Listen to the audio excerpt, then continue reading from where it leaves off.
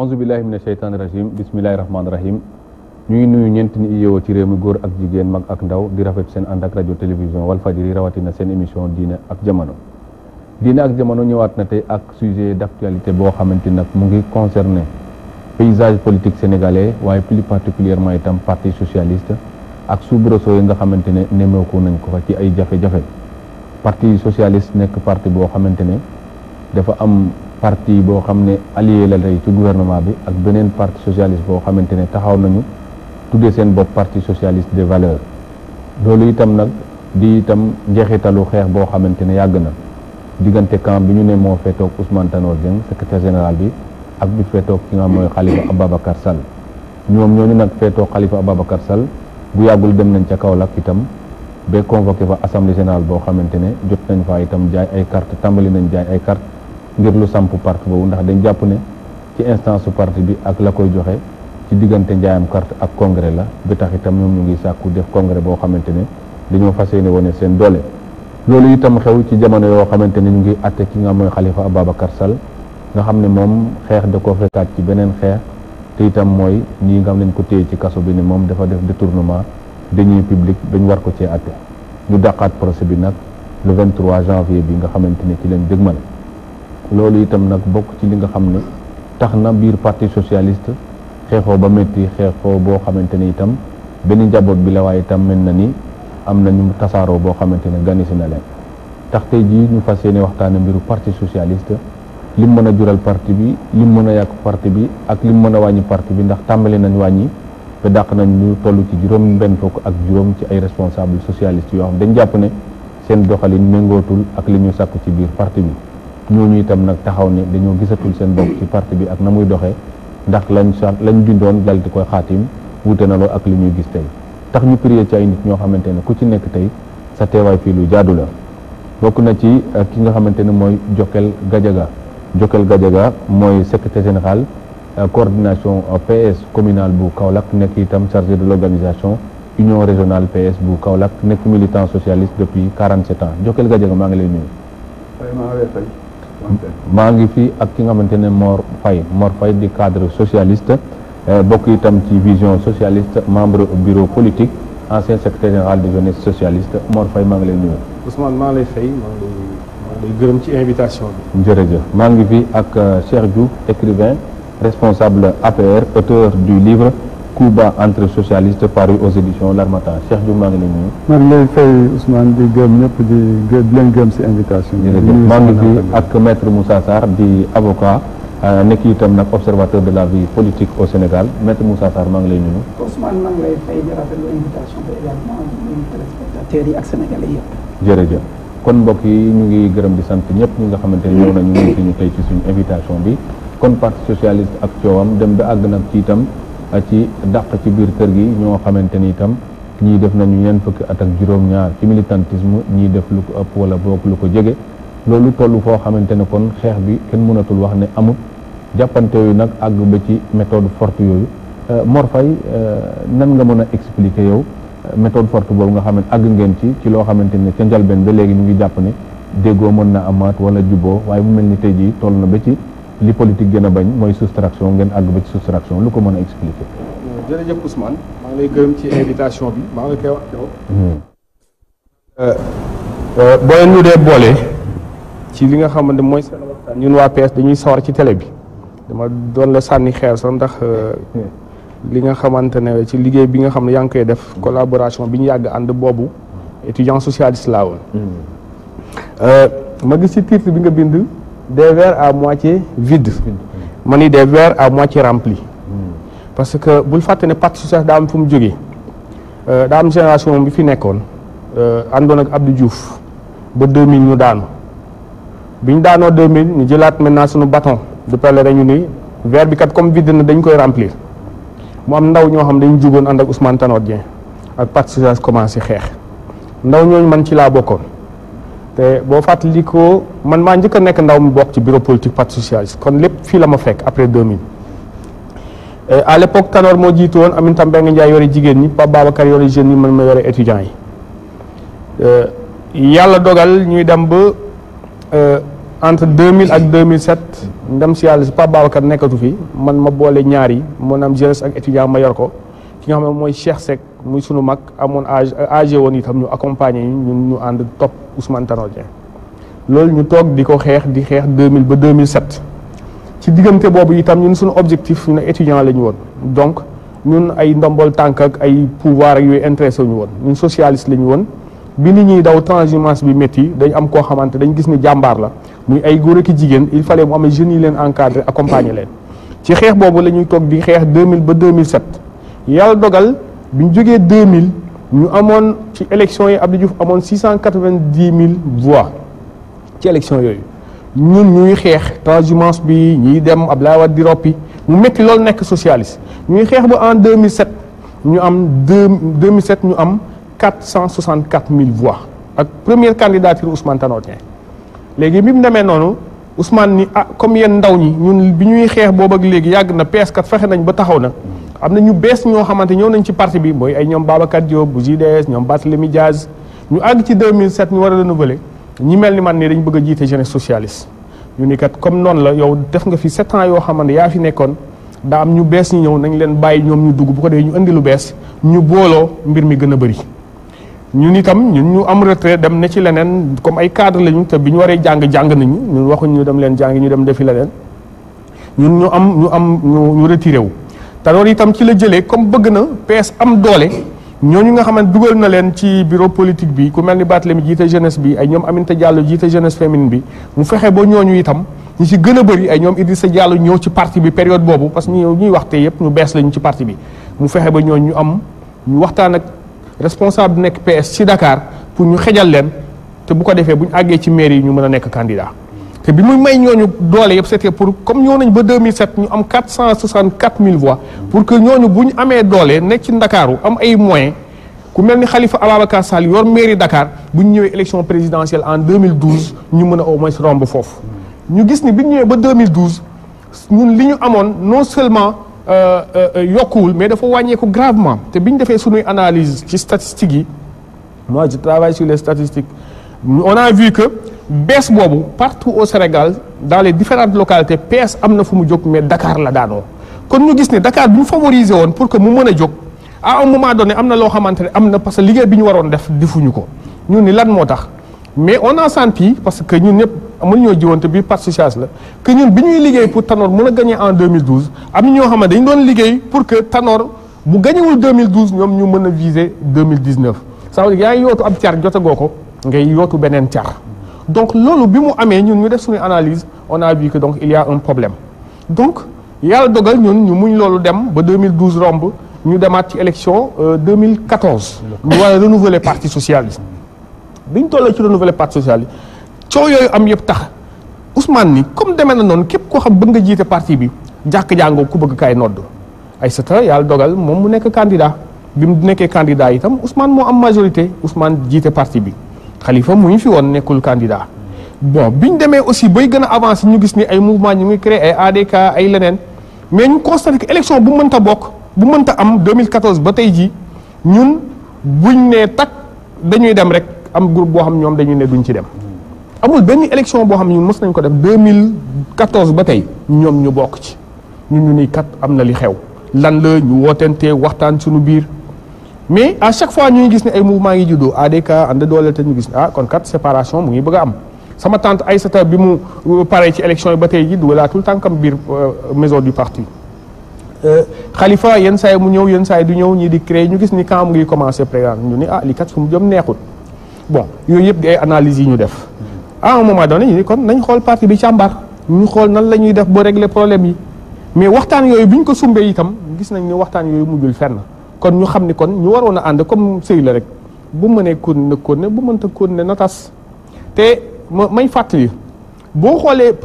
li tax ma cité première génération de 2000 à 2007 génération ay étudiants lañu woon yoo xamante boo compté ci année yooyu bu doon 100 étudiants par année ça fait 700 au moins étudiants yoo xamante tey ñoom ñëpp ay cadres dans tous les domaines dans tous les secteurs moo tax nous souvent dañuy bu naan la matière matière grise sax mooy ko am diplôme mais bu ñu naan yenn kàngam yi dem nañu ñun dañu naan ñan ñooy kàngam parce que équipe de football Tanor mooy coach bi par exemple PS tey booy xool léegi bu dee entraîneur la boo xam dafa dugal ay équipe am mu am ay joueurs yoo xamante ne mais dañu am renommée boo international mais tey ji mënuñu ñoo dugal te fekk ci banc bi am na ay remplaçants yoo xamante ñu ngi xaar ñoom ñu dugal leen pour ñoom ñu dugal ñooñu buñ duggee dañ def loo xamante ñooñu duñ def sax moitié bi. moo tax ku yaakaar ne PS c'est un verre à moitié vide. dañ xam ne c'est un PS à moitié rempli. te liggéey bi ñu doon def en 2000 ñu commencé woon ko. ñu freiné ci parce que dafa amoon gan ñu bees ñu ñëwoon ñu bëggoon parti bi gën a am doole ñu jox leen ñu loolu la ñu jël décision tout de suite ñu xamal Sénégalais yi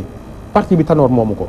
Tanor rek moo yor parti boo xamante ne moom dañ ko fal ñi des it ñoom moom seen parti. mais Tanor yaa ñu doy moo tax mu toog foofu. te comme nag moo ñu fa nekkal ñun ñu tax ba ay nit di ko saaga di ko wax lu nekk ñun dañ jël suñu décision désormais ñu ni ko. moom rongoñam ñun ñoo koy faj. te parti socialiste nag bu neexee yàlla.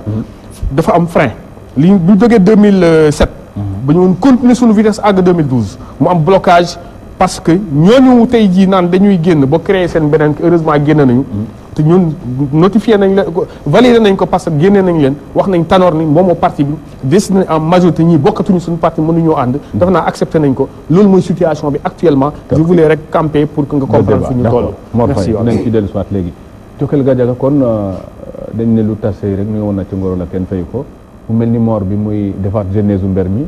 moom jàpp na ne mbir mi agenda bu caché wala bu kenn yaakaaruloon ci biir parti bi dafa amoon boo xam ne bu ngeen bu moom ñun buñ gasee yéen ngeen suul te duñ ko yëg ba tax na tey ngeen taxawal yéen tam seen parti socialiste ci coow loolu nga xam judd na ci biir parti bi ak ni mu juddoo nga yàgg foofu nan nga jàppee ne vraiment foofu moo doxaloon ba ngeen yaakaar ne beneen doxalin waroon naa mën a dugg. jërëjëf Ousmane maa ngi la nuyuwaat ñii nga xam ne ñoom lay fekk ñuy débattre tey di leen gërëm di leen sant su ma amee benn regret rek mooy ne dama foogoon ne su ma ñëwee tey dama fi fekk Aminata Mbengue Ndiaye mbaa ma fekk fi Mame Bounama waaye du ma yónnee kuy débattre ak man ci 2000 parce que parti socialiste 2000 parti bu am juróom-ñaar fukki at kenn du ko commencé débattre ci 2000 li nga wax ne parti bi c'est rempli à moitié mooy 50%. De 50%. Le parti socialiste est vidé de tous ses militants et responsables. Parti socialiste 90% yi ñoo dem loolu mooy li am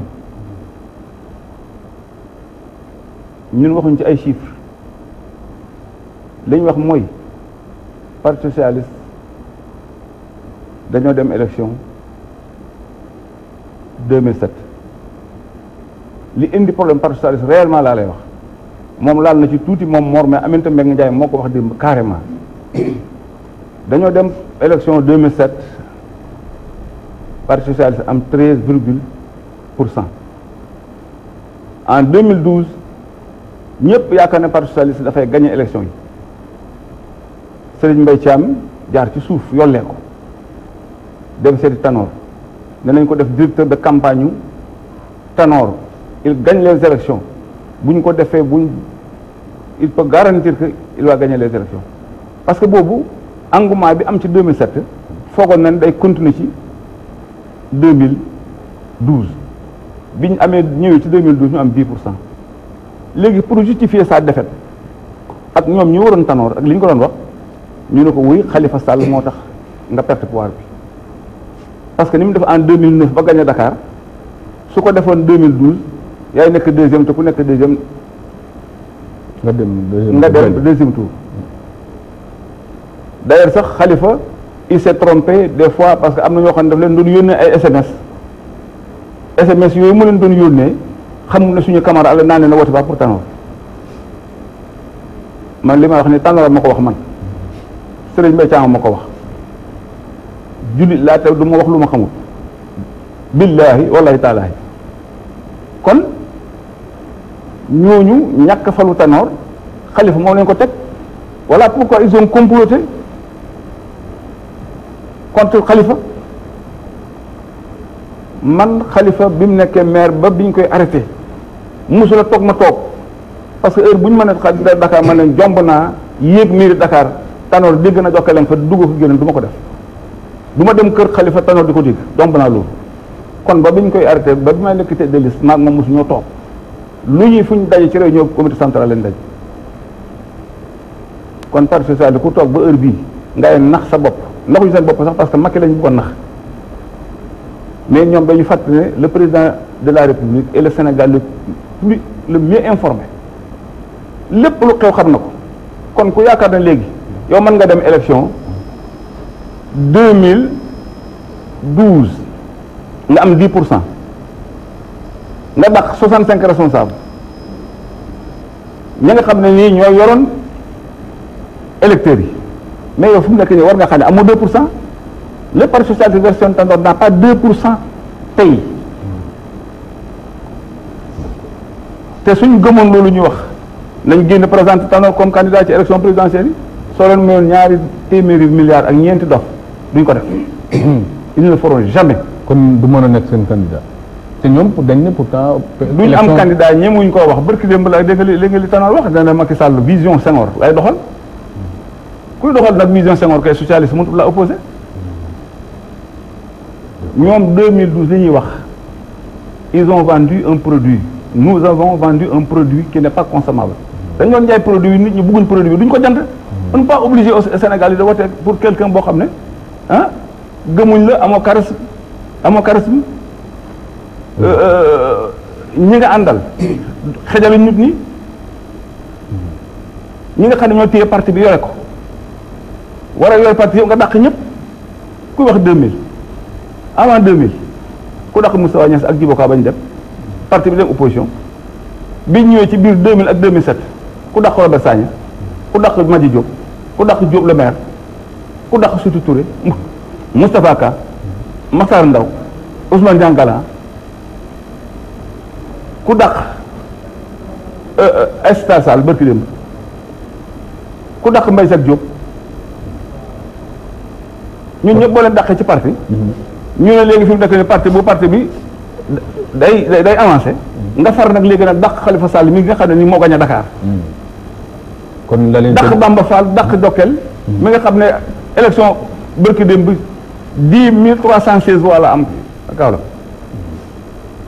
kon daal li leen ca jigoon ci bee du leen jig ci bii c'est-à-dire buñ dakk xam nga dañ doon def ne buñ ñëwee rek song la nga ne leen baxee naa les maisons du parti ñu xëcce seen i chaise toog ne wala gars yi dem nañ léegi ñëw ne féex gis nga ñun kenn mun ñu génnee parti socialiste parce que duñ employé Tanor duñ employé parti socialiste nous sommes des responsables et des militants du parti socialiste qui ont fait 47 ans dans ce parti def ci parti bi loo xam ne Tanor defu ko te li ko parti bi defaluñu ko donc duñ génn parti socialiste tey duñ ko génn ëllëg te ci pour parti bi la ñuy wax te ci biir émission bi programme yi nga xam ne war nañu koo def ak le tout ci biir parti bi moom la ñuy continuer ba xam ndax dañuy ci yoon nañu léegi dootuñu wax turu parti bi. d'accord dinañ ci dellu soit léegi Jokal Gadiaga Cheikh Diouf yow yaa bind téere bi ñu duppee Cuba entre socialiste nga xam ne yow milité woon nga fa nekk fa sa jaar-jaar nga nettali ko waaye muy jaar-jaaru ñeneen ñoo xamante ne dund nañ ci biir parti bi gannaaw bi nga déggee lii est-ce que da nga jàpp ne Cuba yàgg nañ fa te jógeeguñ fa ak lan la mën a wàññi parti bi. waaw maa ngi nuyu sama ñaataal bi di leen di nuyu borom kër gi ak mboolem employé kër gi c'est la première fois ma ñëw fii mënuma ñàkk gërëm borom kër gi parce que toujours si combat pour la lutte des acquis démocratiques il a été toujours devant moom si Lamine Niasse d'ailleurs si biir téere bi sax am na fu ma koy wax il a été toujours présent et actif debout dans les luttes pour la consolidation de la démocratie fii Sénégal kon ni nga ko waxee man téere bu ma bind dafa nekk ay jaar-jaar yoo xam ne ay ndaw si parti socialiste bi nekk lëmbe waxtaan bi tey ay ndaw yoo xam ne dañ ci am jaar-jaar dund ko si pour nekkul lu ñuy méttit lu nag parce que foo jaar ñu teg la fi yenn natt yi nga génn da nga koy rafetlu parti socialiste nag dafa nekk parti boo xam ne man si sama xam-xam bu gàtt bu ma gëstoo si scission yàgg na ci pàcc dem mais pàcc dem dafa wuteeg ñu dagg pàcc nag sànni te fii dafa mel ni pour la première fois si ma gis je pense exclusion massive des responsables te sunu kilifa Senghor bi nga xam ne moo fondé parti bi le 27 octobre 1948 dafa doon wax ne politique bëggul soustraction politique del additionner les militants parce que jour scrutin bi à la soirée électorale si ngoon sa ba ñuy lim plus rek moo la ci mën a génne mais su lëkkale ëpp les voix rek gagné na la amatul lay kon jël ay responsable dajale leen ne dàq nañ leen ci parti bi man nekk loo xam ne l'observateur politique bu ma doon mënuma ko rafetlu mënuma gis it ne dina tax parti bi gën a am doole parti socialiste bu en élection 93 législative yi suñu remonté fu soriwul rek aux élections législatives de 1993 parti socialiste 56% la amoon virgule 56 élection député ca tegu 98 mooy après congrès bi bu indoon cooli mu ñëw ci 50,2% donc limite bi ci topp mooy bu 2017 bi 17% virgule 40 lañu am 17,40% la am kon ku ne mu ngi yokku parti boobu dafa wàññeeku te ba 17,40% yooyu boobu Khalifa mu nga ca boobu Bamba mu ngi ci jeunesse socialiste yi ñoom Bira parce qu'on a fait le mouvement des jeunes ñoom Bira tous ces gens-là Aïssata Tall Sall ñu bëri suñu kilifa bi toog ñoom ci lañ nekkoon liggéey nañ ca kon ñooñu soo jëlee suñ demee ci politique dañuy yóbbaale nit kooku moom mënuñ ko weddi mën a wax ne damay wàññi nit ñi ba pare damay wàññi ay responsable pour yokk moo tax bi nga waxee le verre à moitié vide mu ne le verre à moitié rempli en politique on aurait aimé le verre presque rempli mais à moitié pour un parti boo xam ne il est plus que cinquantenaire comme ni ko kii waxee c'est dangereux te lii moom dafa nekk ci loo xam ne pour man sama gis-gis responsable politique analyste politique PS su entériné lii ba mu taxaw je pense que abonné na parti cabine téléphonique amatul mais le PS du génn ci parti topp bu ñuy yóbbaale ça moom c'est sûr je vois mal le PS génn ci lii nekk un parti majoritaire au Sénégal mënatu ko. dinañ ci dellu soit léegi Cheikh Diouf maître Moussa Sarr gis nañ ne ci biir xeex bi leneen ñëw na yokku ci ba nga xam ne teg nañu Khalifa loxo ba ñu ngi ci loxo yoon dégg na président Idrissa Seck président réew mi di naan c'est un procès de la démocratie est-ce que loolu day wone rek ne kon teg loxo leader politique rek toujours dafa am njeexital goo xamante ne da koy am ci ki nga xam moom lañ dénk doole bi ñu mën koo wàññi wala boog mu am gisin yoo xamante ni toujours duñ weesu mook gisinu politique maanaam procès bi daal procès politique lay mën a doon ak xeex bi jiitu nii. waaw jërëjëf Ousmane ginnaaw bi ñu rafetloo invitation bi comme niñ ko waxee sànq nuyu suñu mbokk ñu bokkal plateau bi ñu ngi profité ci at mu bees mi ñaanal réew mi jàmm ñaanal sénégalais yi sutura ñaanal leen teraanga. ci li ma laaj il est vrai que saay bu homme politique amee procès kon ka homme politique la li ñuy wax rek mooy procès politique la souvent parce que identité politique bi muy incarné mooy tax ñu ne procès politique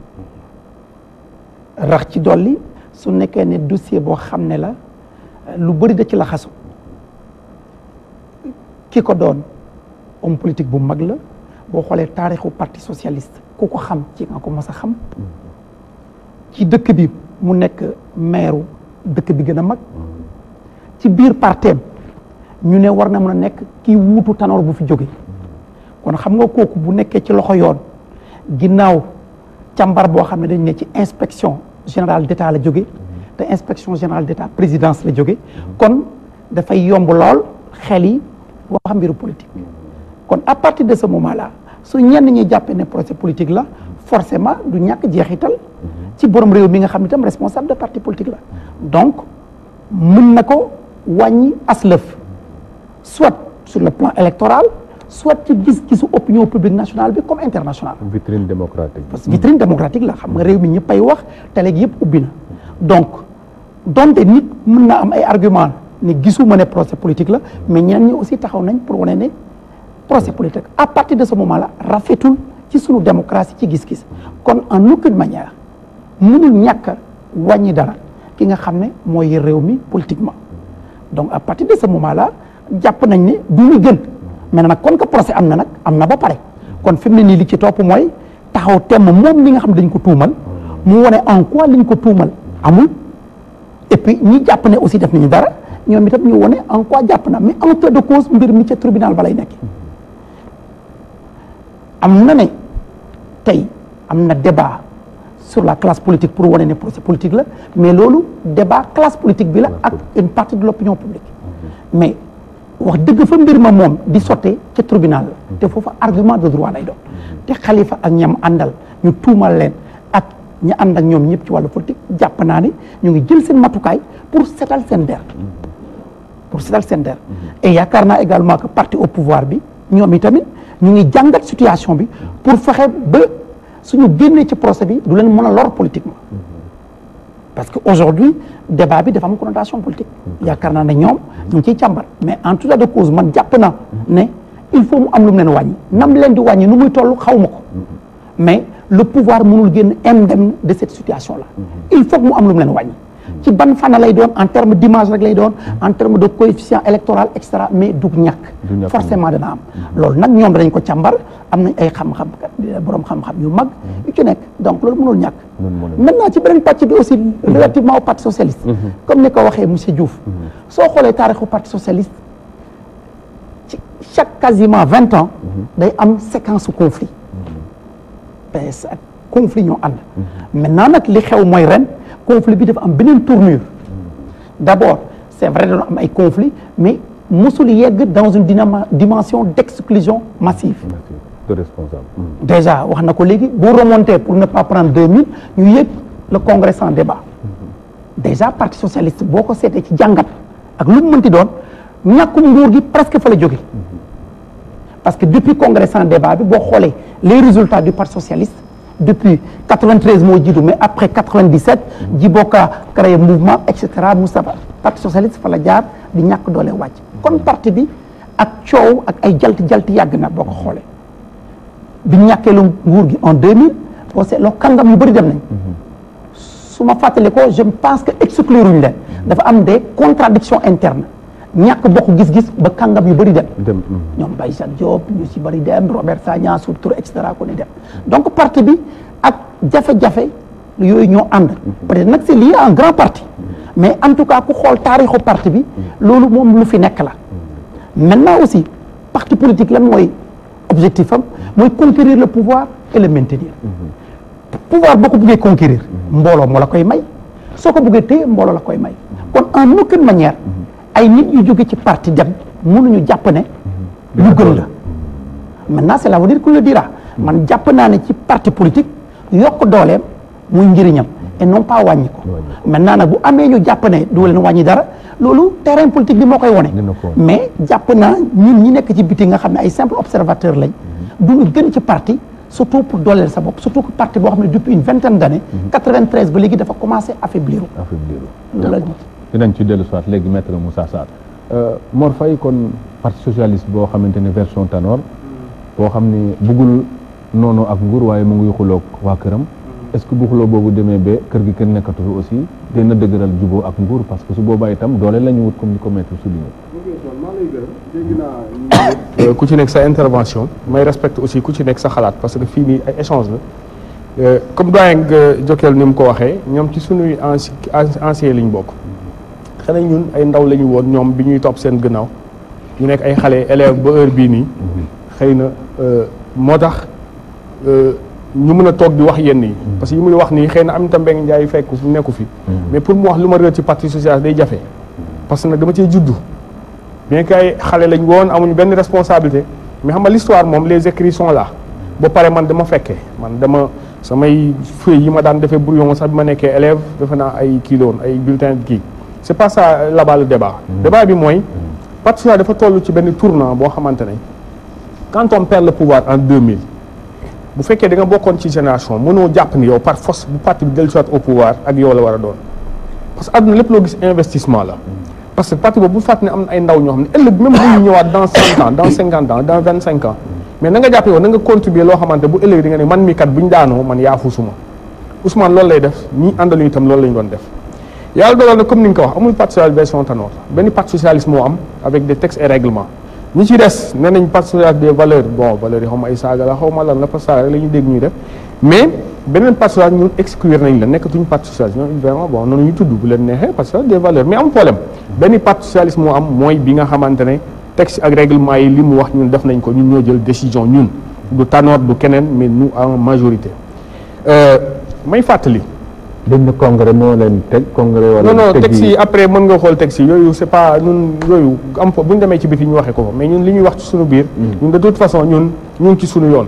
parce que wax na ko sànq. nee na cadre kilifa yi kàngam yi maire yi lañ dàq. xam boo nee ba am doole ba nga ni non man am naa doole yoo xam ne ku ma dàq parti bi dina tas kon kenn sañu maa dàq lu ma neex def. mu tax ba xam nga ànd neex na mais ko wàcc mu ne ma ki mbagam 2014 ba tey. élection boo dem muy la dew ma donc résultat boo mënta am moom dugal ci loxom loo mënta def mu ne sama yoon newu ci dem ba xeexoo sax di am ñaar ñi bu ñu dee bu mënatuñoo ànd yaa xayti li am solo mooy ngeen waxtaan ngeen dem bu fekkee nag ki nga xam mu ngi fippu moom nangul dugg ci biir ñëw défendre ay idéem bu am majorité bu ko defee ëllëgee moom mu jiitu mais day préféré toll ci biti def lu ko neex mais ñi ci des nañ am fulla ak fayda même bu fekkoon ñaari nit ñoo fay des mais nañ am fulla ak fayda doxal texte parti yi mais mënoo ni am naa doole lu ma neex laay def du ma ñëw boo waxee ma jaar fële saaga kilifay parti bi te parti bi mënoo leen maa daax te parti bi am ay texte noonu la demee donc ñaar nit lañ des ñetti nit l'avenir nous dira mais li am solo mooy nañ xam ni kii mat na ma bàyyi mat na ma maam moom jamono ji mu toll woon nit ñi di ko topp mu amal nit ñi njëriñ na xam ne ñun ñii kat bu fekkee ni formation bi nga xam ne waroon na si ñun am na si ñun nañ xam ne li ñu mënoon tey ji ñun mën nañ bu ñu daan indi fukki nit ak ñaar ñun war nañu mën a indi fukki nit ak juróom parce que un parti c'est l'avenir ñoom def ngeen seen temps d'accord aujourd'hui Tanor Dieng il a compris que moom la génération future la war a liggéey ndool moom la war a liggéeyal parce que quelqu'un te dit doo dem te du ma dem mais booy ànd ak moom mënoo leen ànd ci élection mënoo leen ànd ci dara pourquoi vous êtes ensemble l'autre wax na ko nee na on a exclu en masse 65 personnes moi quand j'ai vu les statistiques je me suis dit que en termes de communication on a fait des erreurs parce que sama benn rakk maa ngi ko dégg ci médias yi barki dem Babacar Diop bu JDS muy intervenir parce que dafa gis turam ci ñi ñu daax te déposé de démission yàlla dogal na sax du moom en fait dafa jaawale parce que bi mu déposé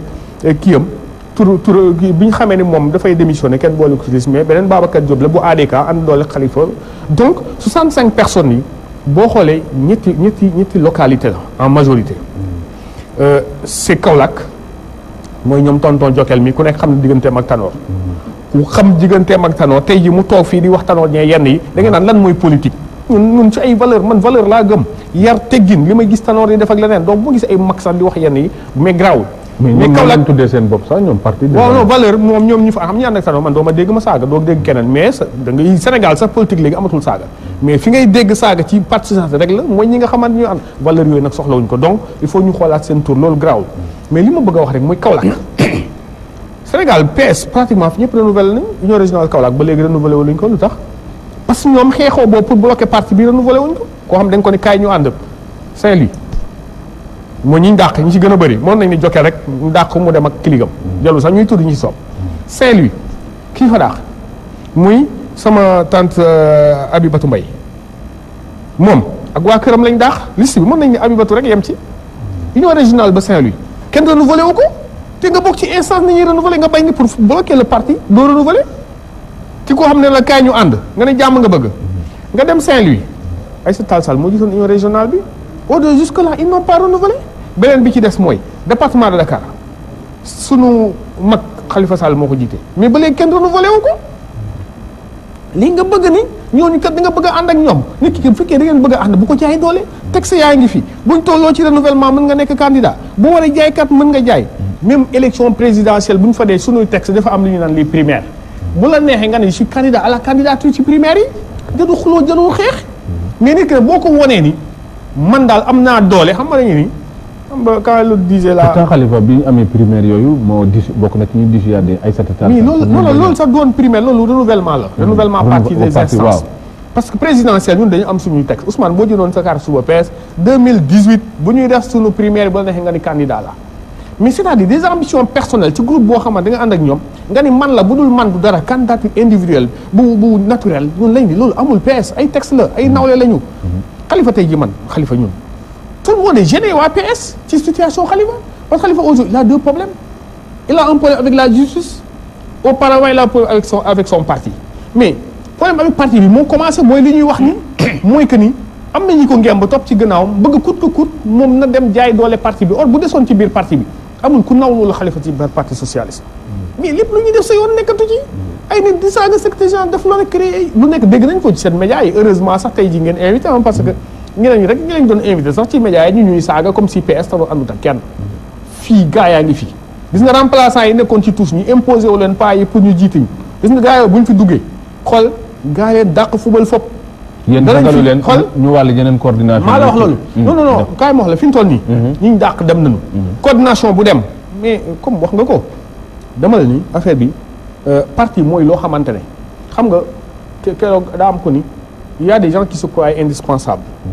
mais boo demee ci armée bi il y a que des gens qui se croient indispensables te lu adduna baa ngi dox ñii xam nga kañ la ñuy xam ni PS ci boppam ñoom ñooñu doon xatal am nañu incontournable quand même non incontournable amul ku dee ñu remplacer la ku fi nekkul keneen jël sa place surtout en politique te ma préciser li ma doon wax sànq les 65 personnes nañ jàpp ni fii muy Grand Yoff fii nii boo demee plus de 20 personnes ci liste boobu il fallait dire Khalifa Sall rek ay Aminata Diallo ak ñoom Babacar Diop ak yooyu yëpp jarul woon cité parce que dañuy dem ak ñoom donc pour wan la ni responsable boo yóbbu mu yóbbu téeméeri nit mais nag àdduna loolu du danger nag non danger la parce que ñun bëgguñu woon ñoom ñu dem mais ñoom nee nañ bëgguñu ànd ak ñun lu ñu woote ñoom dañu ñëw ñun ci biir parti bi ku ne na jël responsabilité mais comme ñoom mënuñoo jël seen responsable dem créer leneen ñun duñ ñu tardeel d'accord ñun dañ leen di wax yéen dem leen ñun ñu ngi avancé et puis c'est ça la vie nekk da nga jël seen responsabilité dinañ ciy dellu soit léegi Jokal Gadiaga kon yëf yi ndono bi ci biir kër gi yéen bëggoon ngeen ko yéene ngeen ko yaakaar ni itam Khalifa mooy chance u parti socialiste mais ndono goo xam ne faw ñu rey borom kër gi door a jël itam loolu est-ce que xawul yéeme tuuti demuñ fenn ndono parti socialiste bii kenn du leen ko bàyyee maison du parti bii nga xam ne nii ñooy organiser ay làmb di ko tabax di wuti dajale bañ tabax ko ba mu mel ni mu mel tey xamuñ ñaata oto la parti socialiste bàyyi bi 2000 biñ daanoon xamuñ ñaata combien de francs la nekk moo nekk ci compte parti socialiste xam station bii ñu def ci biir maison de parti di ko loué xamuñ ñaata lañ ci fay par weer xamuñ xaalis ba fi ñu koy dugal loolu lañ bëgg ñu bàyyee leen comme ni leen Moustapha Niass yombalee Djibo Ka yombal leen ko Robert yombal leen ko ak Abdoulaye Matar Diop loolu lañ bëgg ñu def ñun loolu lañ dul def fii la ñuy riigu on ne bougera pas et ils n'ont pas les moyens de nous faire partir léegi dégg naa suma rakk Mor ne Tanor waxut ko yéen a ko wax Mor man xam naa ne yow sa bakkan sax sac man nga ko sacrifier pour Tanor tu as beaucoup fait pour lu ma fekkee man waaye wóor na la yow bés bu Tanor waxoon nga teg ci baat ñu exclure la waxuma la bu waxoon nga ne ko duñ ko fi am mu dàq la kon boo toogee tey. pourtant nee na seen parti ñoom. ma ne amul loolu dama ne je suis membre du comité central réunion bureau politique bu même bu nekkee ne d'une façon directe ou indirecte j'assiste à toutes les réunions du bureau politique te dañ may convoqué kon xam naa li xew ci parti bi ci biir ak ci biti parti bi amul démocratie nee na léegi affaire Khalifa Sall daf leen a gêné bu leen affaire Khalifa Sall gêné woon Khalifa Sall nekk ci biir kaso bi magam ba mbokkoon ndey bay dee ngeen bañ ko jaali ci gorom dee ngeen bañ ko jaali ci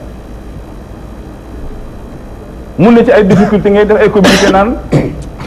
nañ bay yoon def liggéeyam loolu mooy vous n'êtes pas gêné au contraire yéen a ko suxlu su nekkoon ne Macky Sall rek le président Macky Sall tout court Khalifa Sall tout court du ñu am benn problème c'est le parti socialiste ñoo leen jaxase. kon li mu nekk. maa la wax loolu man lu mu jëlul ci xeex bi ñuy xeex. ñoom ñoo ko jaxase. man maa ko xam kenn du xam li mu wax lépp sax mais wax dana jot kenn jaxasu leen lu ñoo leen jaxase exclusion bii leen tiital nit ñoom tiitalu leen parce que mbër mu ko bëree ku ko neex dëkk mbër moo xam day bàkku rek ak ku la neex dëkk bi Ousmane yow ñëwee nga dëkk am na seen nga daa du ngeen bëri yow doo dem élection la nga am nga ci benn bokk yaakaar bu ñu la fa doon dóor di la saaga doo fa jóge. mboolooy doole est-ce que mbooloo ñoom il ne travaille pas pour le parti socialiste. gis nga élection au conseil des collectivités territoriales bi passé bi ñëwee kaw la dañoo jël benn poste jox AFP jël benn poste ba jox APR ne wuy parti socialiste yéen leen jox suppléant bi gars yi dama ma ne ko kenn du ko gedd nañ ko jël parce que gannaaw Tanor dañuy proposé mu ne ma ne ko lu ñu def nit ñi dañ naan loolu waruñu ko woon a def ñu jël poste ba jox ko Malick Ndiaye Koumbal mu jox ko Ndiogu Baba maire de Dia mu ñëw Ndakaaru fii Benoît Sambou xotti kii de sànni jël Malick Ndiéguène le maire de Kër Socé jox ko suppléant parti socialiste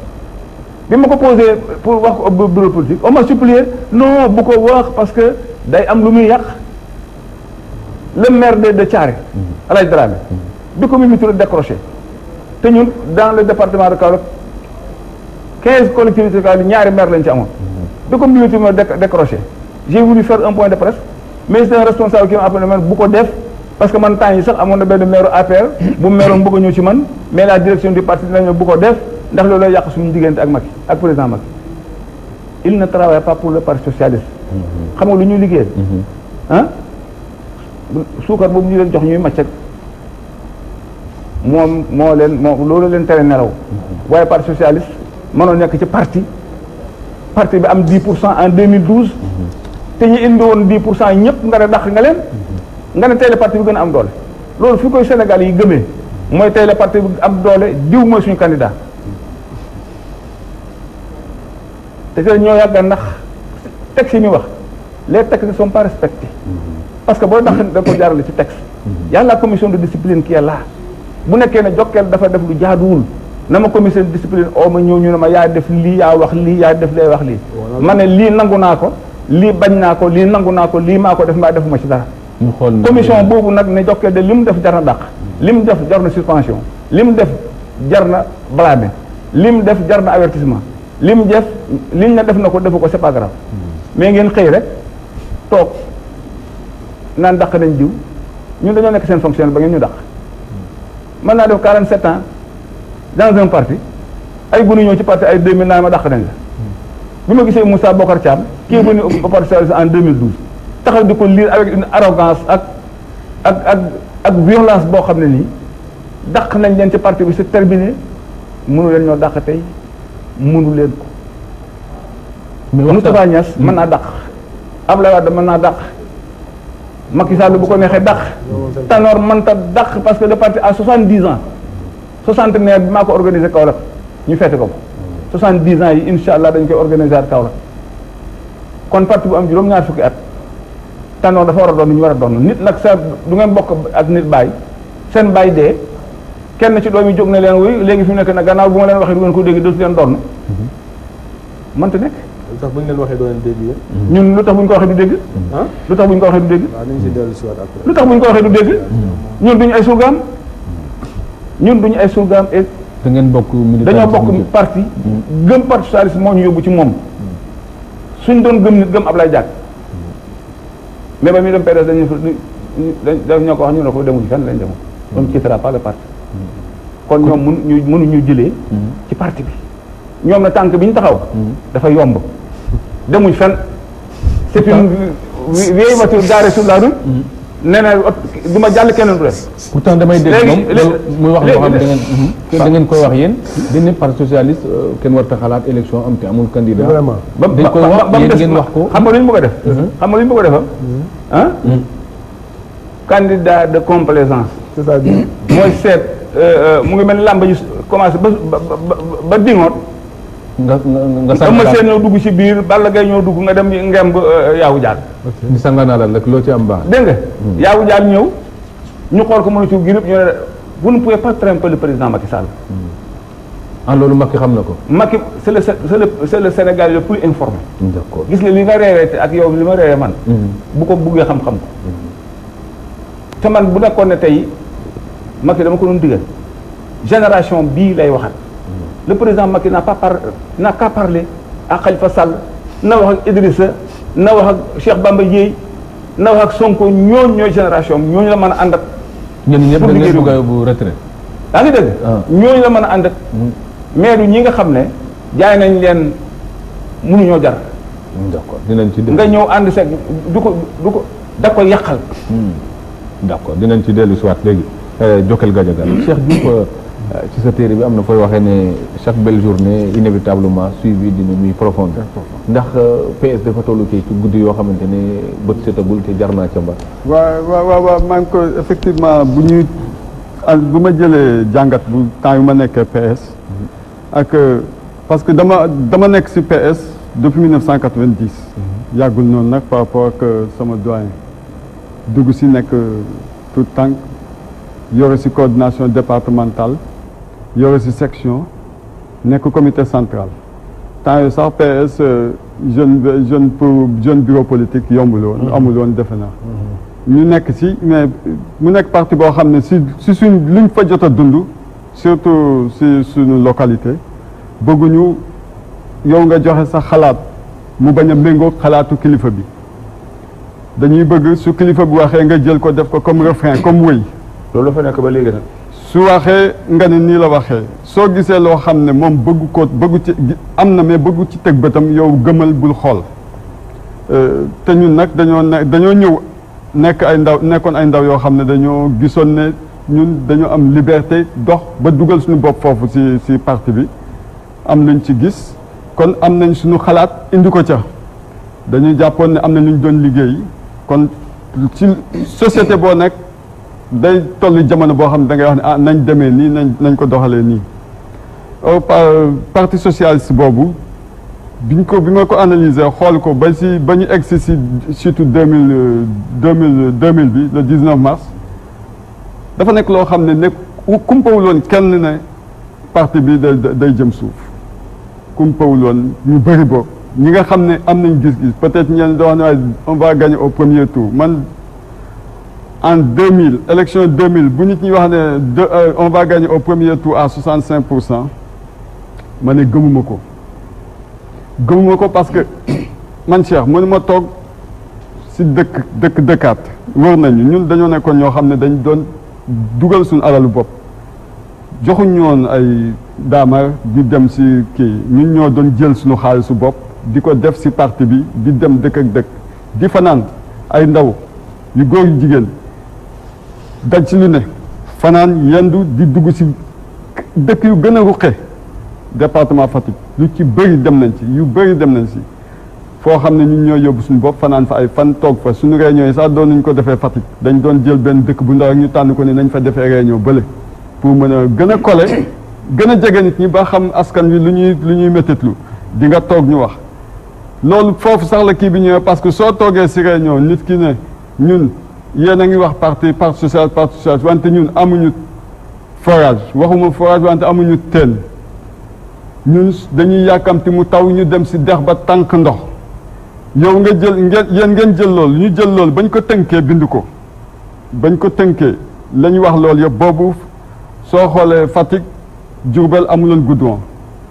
Ñaaxa noonu courant bi egguloon fa bañ ko tënkee ba ñu wëree loolu yëpp ñun doon ay ndaw parti socialiste ne ñun des kon suñu waree fekk ñun ñooy ñëw wax ne jàpp leen parti socialiste baax na jàpp leen ñu gunge Abdou Diouf si li muy wut ñooñu ñëw wax ñu seen mébét seen métit wax ñu seen doléance kon ñun suñu responsabilité mooy ñu jël loolu yëpp tënk ko def ko teere tënk ko si loxo ñooñu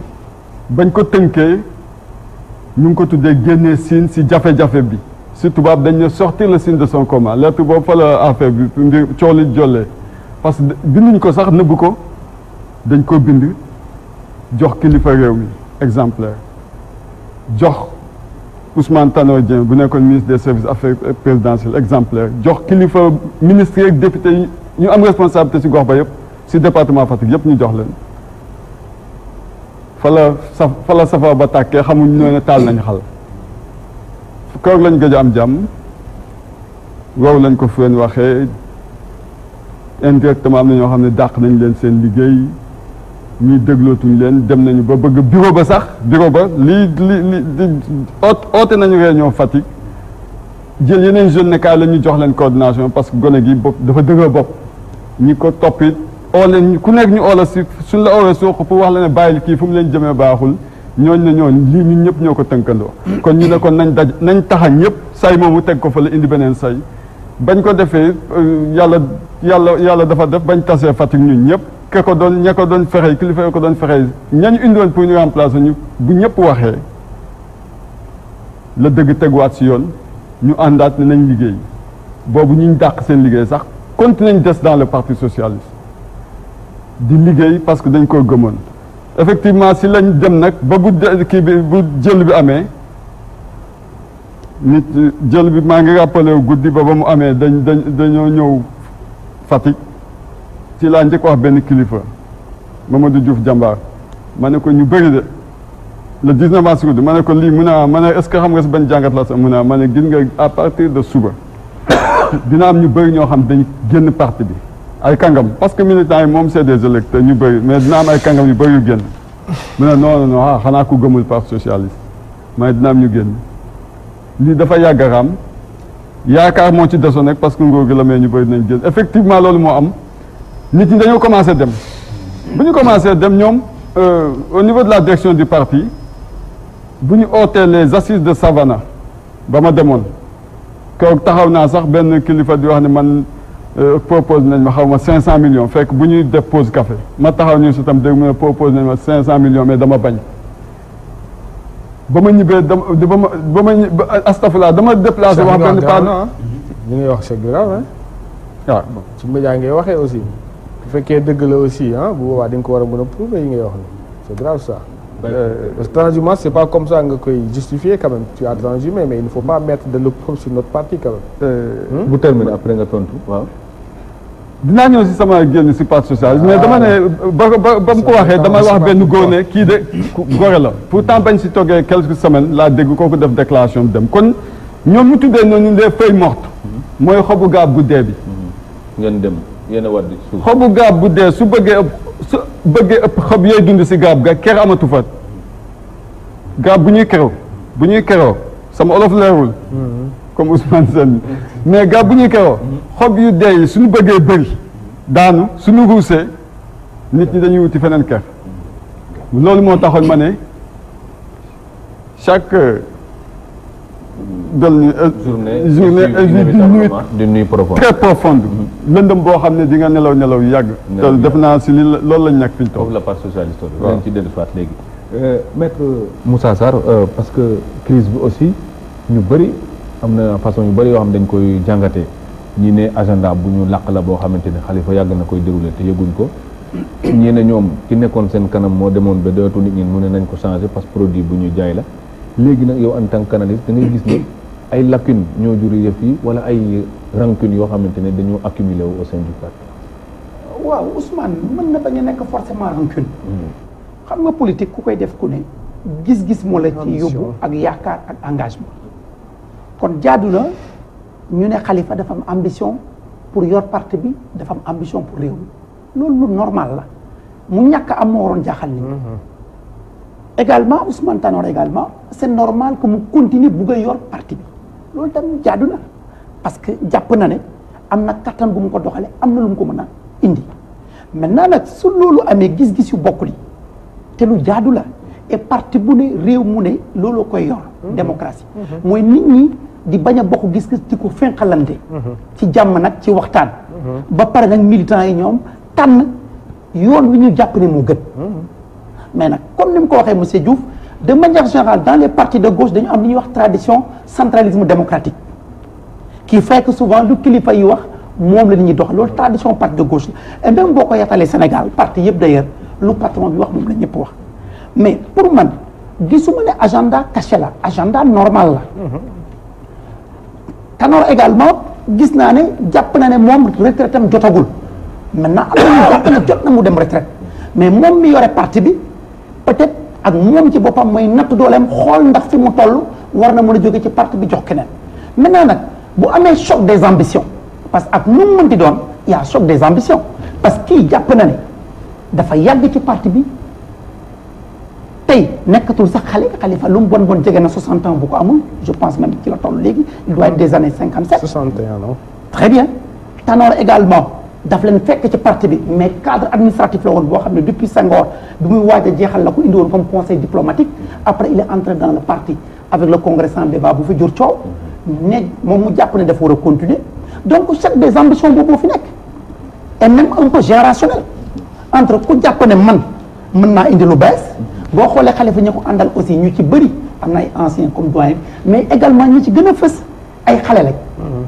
par rapport ak anciens yi ñoo ñëw après 2000 pour indi gis-gis ku bees Tanor aussi ci camp am na aussi ñu bees mais choc des ambitions boobu moo indi coow li mais loolu nag démocratie interne parti moo ko war a doxal. c'est ça. jàpp ma ne jaay doole moo koy doxal mais démocratie interne ñu teg ko ci yoon militants yi discuter lépp jaar ci yoon militants yi tànn ban gis-gis moo leen gën a. parce que avis contraire ak courant moom. waaw jaxase na fi parti yu bëri ci démocratie interne boobu. waaw mais nag mooy jur jàmm. parce que bu ñu bëggee suñu démocratie oui démocratie boobu dañ koy njëkk a doxal ci parti yi d'abord parce que li xew ci parti yi mooy xew au sommet de l'État. lu tax au sommet de l'État bés bu nekk ñun ñëpp ñuy jooytu ne ñàkk démocratie dafa am parce que dans nos partis je dis tous les partis dañu seetlu ne démocratie bi dafa des waxuma ne amul de mais dafa des donc coow bu amee lu mel noonu ci parti socialiste ak parti bu mu doon li jaadu mooy militants yi ñu teg ko ci kaw table waxtaan militants yi nag tànn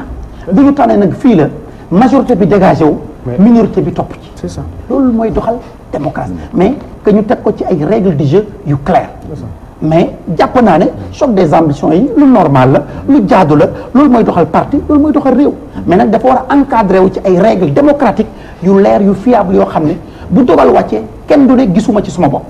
maintenant nag coow li ñuy wax toujours mooy non ñun bi ñu koy def yëguñu ko dañu dàq te yëguñu ko respecté wuñ telle règle respecté wuñ telle règle donc à la limite aujourd'hui on est dans le cadre d'un rapport de force léegi ñi ànd ak Tanor ak ñi ànd ak Khalifa ci rapport de force lañu nekk la preuve décision jib na dégg nga léegi le doyen Jokal nee na ñoom génn nañu alors que décision jib na donc aujourd'hui on est dans le cadre d'un rapport de force politique très bien alors que aujourd'hui décision la bu génn jàpp naa il y a deux traitements possibles soit un traitement politique mooy seen rapport de force ñoom ñaar soit un traitement judiciaire parce que association la bu ñu reconnaître soo amee ñenn ñoo xam ne jàpp nañ ne ni ñu leen dàqe jaaduwul am nañ sañ-sañu bu ñu leen notifier décision bi ñu yóbbu ko ci tribunal pour donc ñaari traitement moo ci am traitement judiciaire ak traitement politique mën nga ko jël alternativement jël traitement politique privilégié ko au détriment traitement judiciaire mbaa nga privilégié traitement judiciaire au détriment traitement politique ou bien nga cumuler les deux à la fois ce que les politiques font pour xeex li ci des nag terrain bee koy réglé parce que même jàpp naa ne judiciairement bu amee même décision judiciaire politique li ma ci jot a jàngat bu gàtt ci suma xam-xam mooy lépp terrain politique bi moo koy réglé en définitive lépp mën na nekk rek ay jaar-jaar yu ndaw mais au final c'est toujours le terrain politique qui fait l'arbitrage et puis ñoom ñu ngi ci terrain bi ñu ngi ci tool bi mais jubóowuñ pour béy est-ce que ça ne profite pas au pouvoir aussi parce que mu ngi affaiblir une oui forcément xam nga Sénégal boo xoolee sunu scène politique ñett parti yu mag a fi nekk aujourd'hui mooy APR bi juddu at yi passé PDS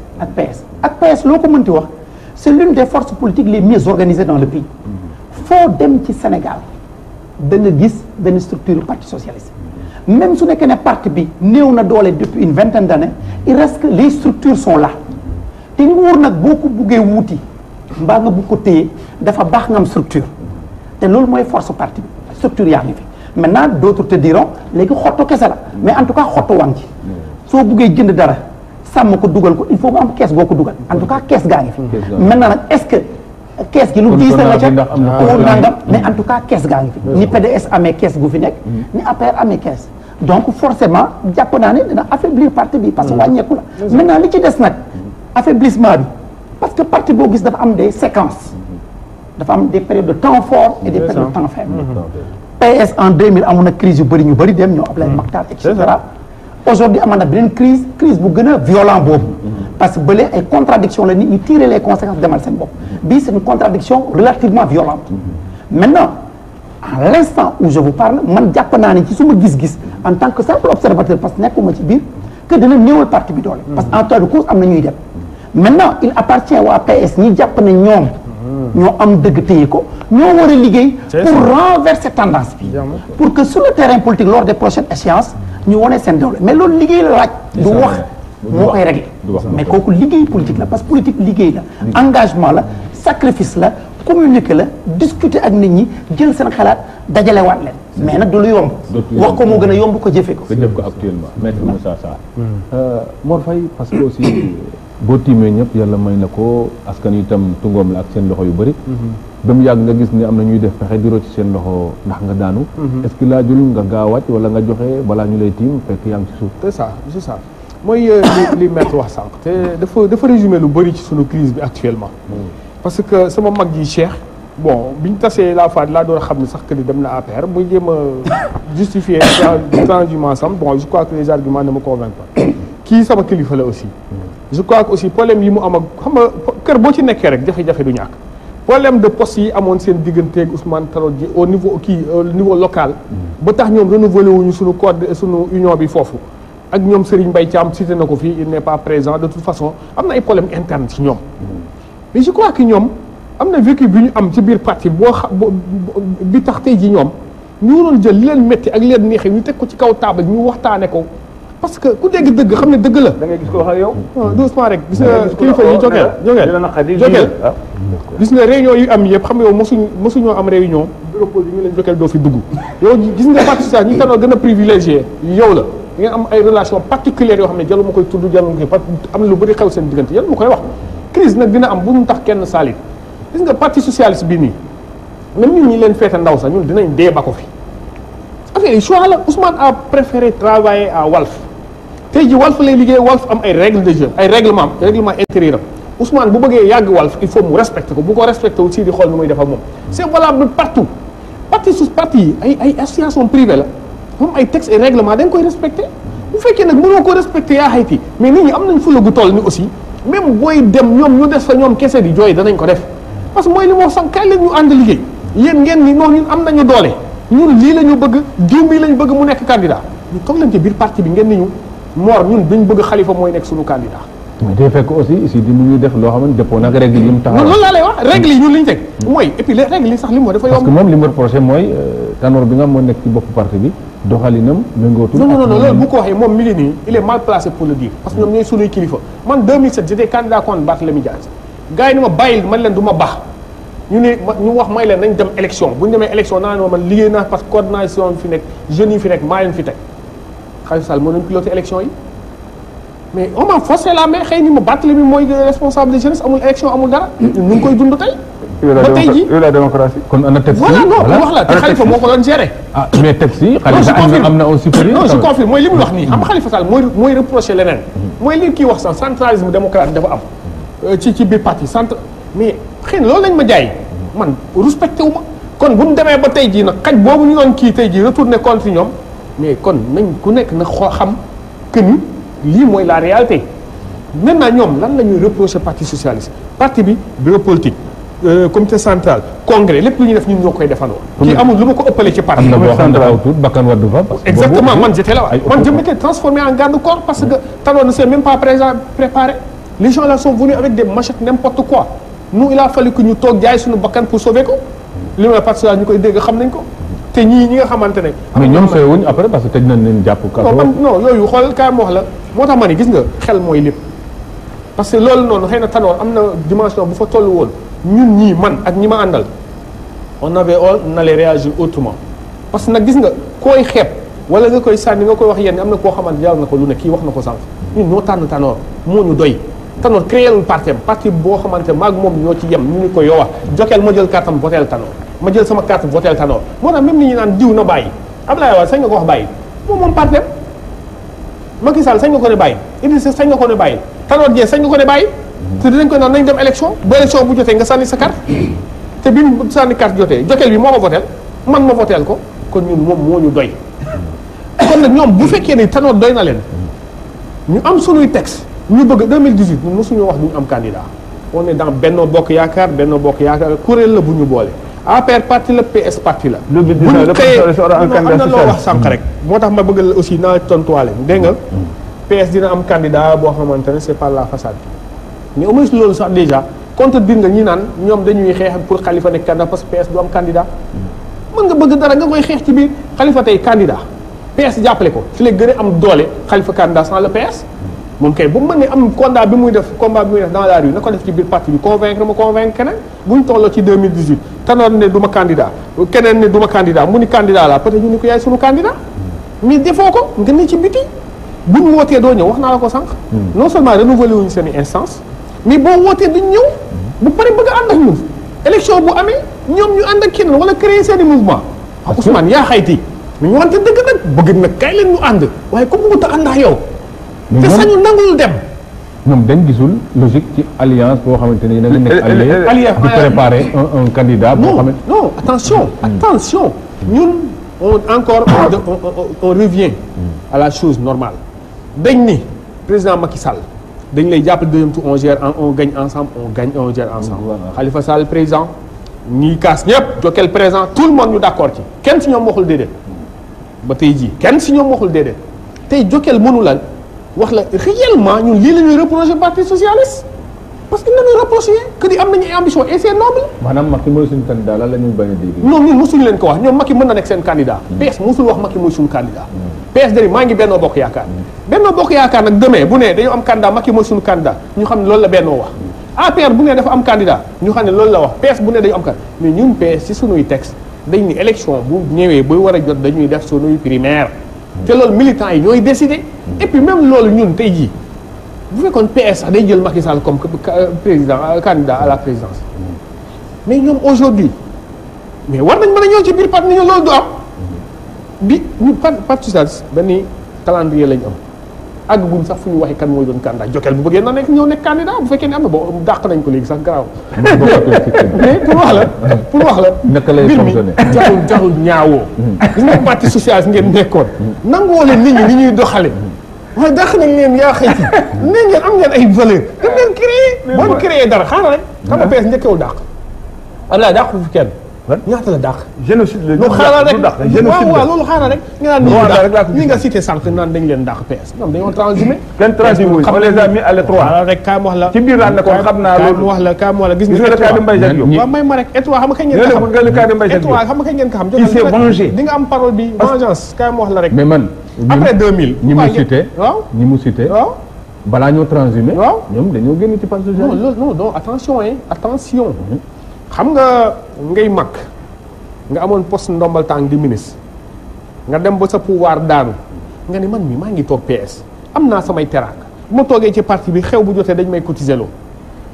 du ma nekkati ministre du ma nekk la boo amul ngor da ngay naan naa rocceeku. ñëpp entre deux tours lañ dem wala avant. mais après avant ay ñoom Robert Sagna yëpp bon vraiment maa ngi koy tudd. kooku parti boppam mu nekk lu positif. mais de toute façon ñoom bi ñuy génn boobu àgguñu moom candidat la woon en 2007. pour wan la ni kon mag ñi dañoo dem ba mbir mi bi ñu daanoo ñoom ñu bàyyi Tanor ak mbir mi moom comme mënul dem nag parce que moom la fa yàlla teg ñun ñu daw au secours. d'accord dinañ ci dellu. mais ñooñu daw ñëpp laa la wax. mais war bu doon daw kese xam nga kan laa naw fi mu toll nii. Moustapha mi daw avant 2000 mën naa ni dafa am problème. xam nga ak Tanor wala keneen mu dem. ji moom même chose mais ni nga bàyyi ba PS daanu nga daw c'est parce que. non ñooñu dañ ne emballage bi léegi gars yi sawar dañu am defaat paquet bu bees. loolu oui mais non emballage bi ñan la woon. mais ñoom la woon paquet bu bees mooy ñan. mooy ñun ñiy door a ñëw. ñun ay jeunes Ousmane nit ñi bu ñu nelew gis nga ñun ñu nekk ci parti bi di ay ndaw di ay jeunes cadres di xale wala bi ñuy fii ba 40 ans 50 ans ñun yàkkamtu ñu xam lan moo ñu intéressé. ñun les valeurs socialistes. nguur yàllaa koy joxe yàlla bu nee PS na delluwaat si au pouvoir dans 100 ans yàlla na doon 100 ans bu nee suba la yàlla na doon suba mais xam nga lan mooy. man la budul man du dara budul man ma xëpp mais ñii nañ ñu wax ñoom. lan moo tax léegi ñoom ñu bëgg léegi ni parti bi ñoom il faut que ñoom la waaye du keneen ñoom lan lañ gën a ñeneen ñi. njàngal wala xam-xam la wala doole la. ñooñu ci dellu si waat léegi parce que ñun daxuñ kenn su nekkoon ne dañoo gëm ne parti bi ñu ñoo ko moom. li ngeen doon def moom nga li ngeen def la ñuy jéem ñun jéem a dàq. yéen le parti socialiste version Tanor bi nga xam ne yéen a ngi dàq ngeen nit ñi. ñun dàquñ kenn. ñun dàquñ kenn. waaye je termine rek. léegi dafa wax ñaari yoon di wax renouvellement Kaolack ni union régionale renouvelé wuñ mook Saint-Louis renouvelé wuñ ko parce que 14 coordinations yi Aïssata Tall Sall contrôle les 10 coordinations. donc bu ñu renouvelé mooy nekk présidente union régionale. bu lay bloqué parce que bugg leen réunion maa ngi toog. boole wuñ ko ba. ñoom bañ na duñ ko renouvelé maa ngi toog man le cas de Kaolack Serigne Mbaye Thiam ngeen fu bugg a bañ teg ñu bañ vous ne pouvez pas renouveler Sambou n'est pas d'accord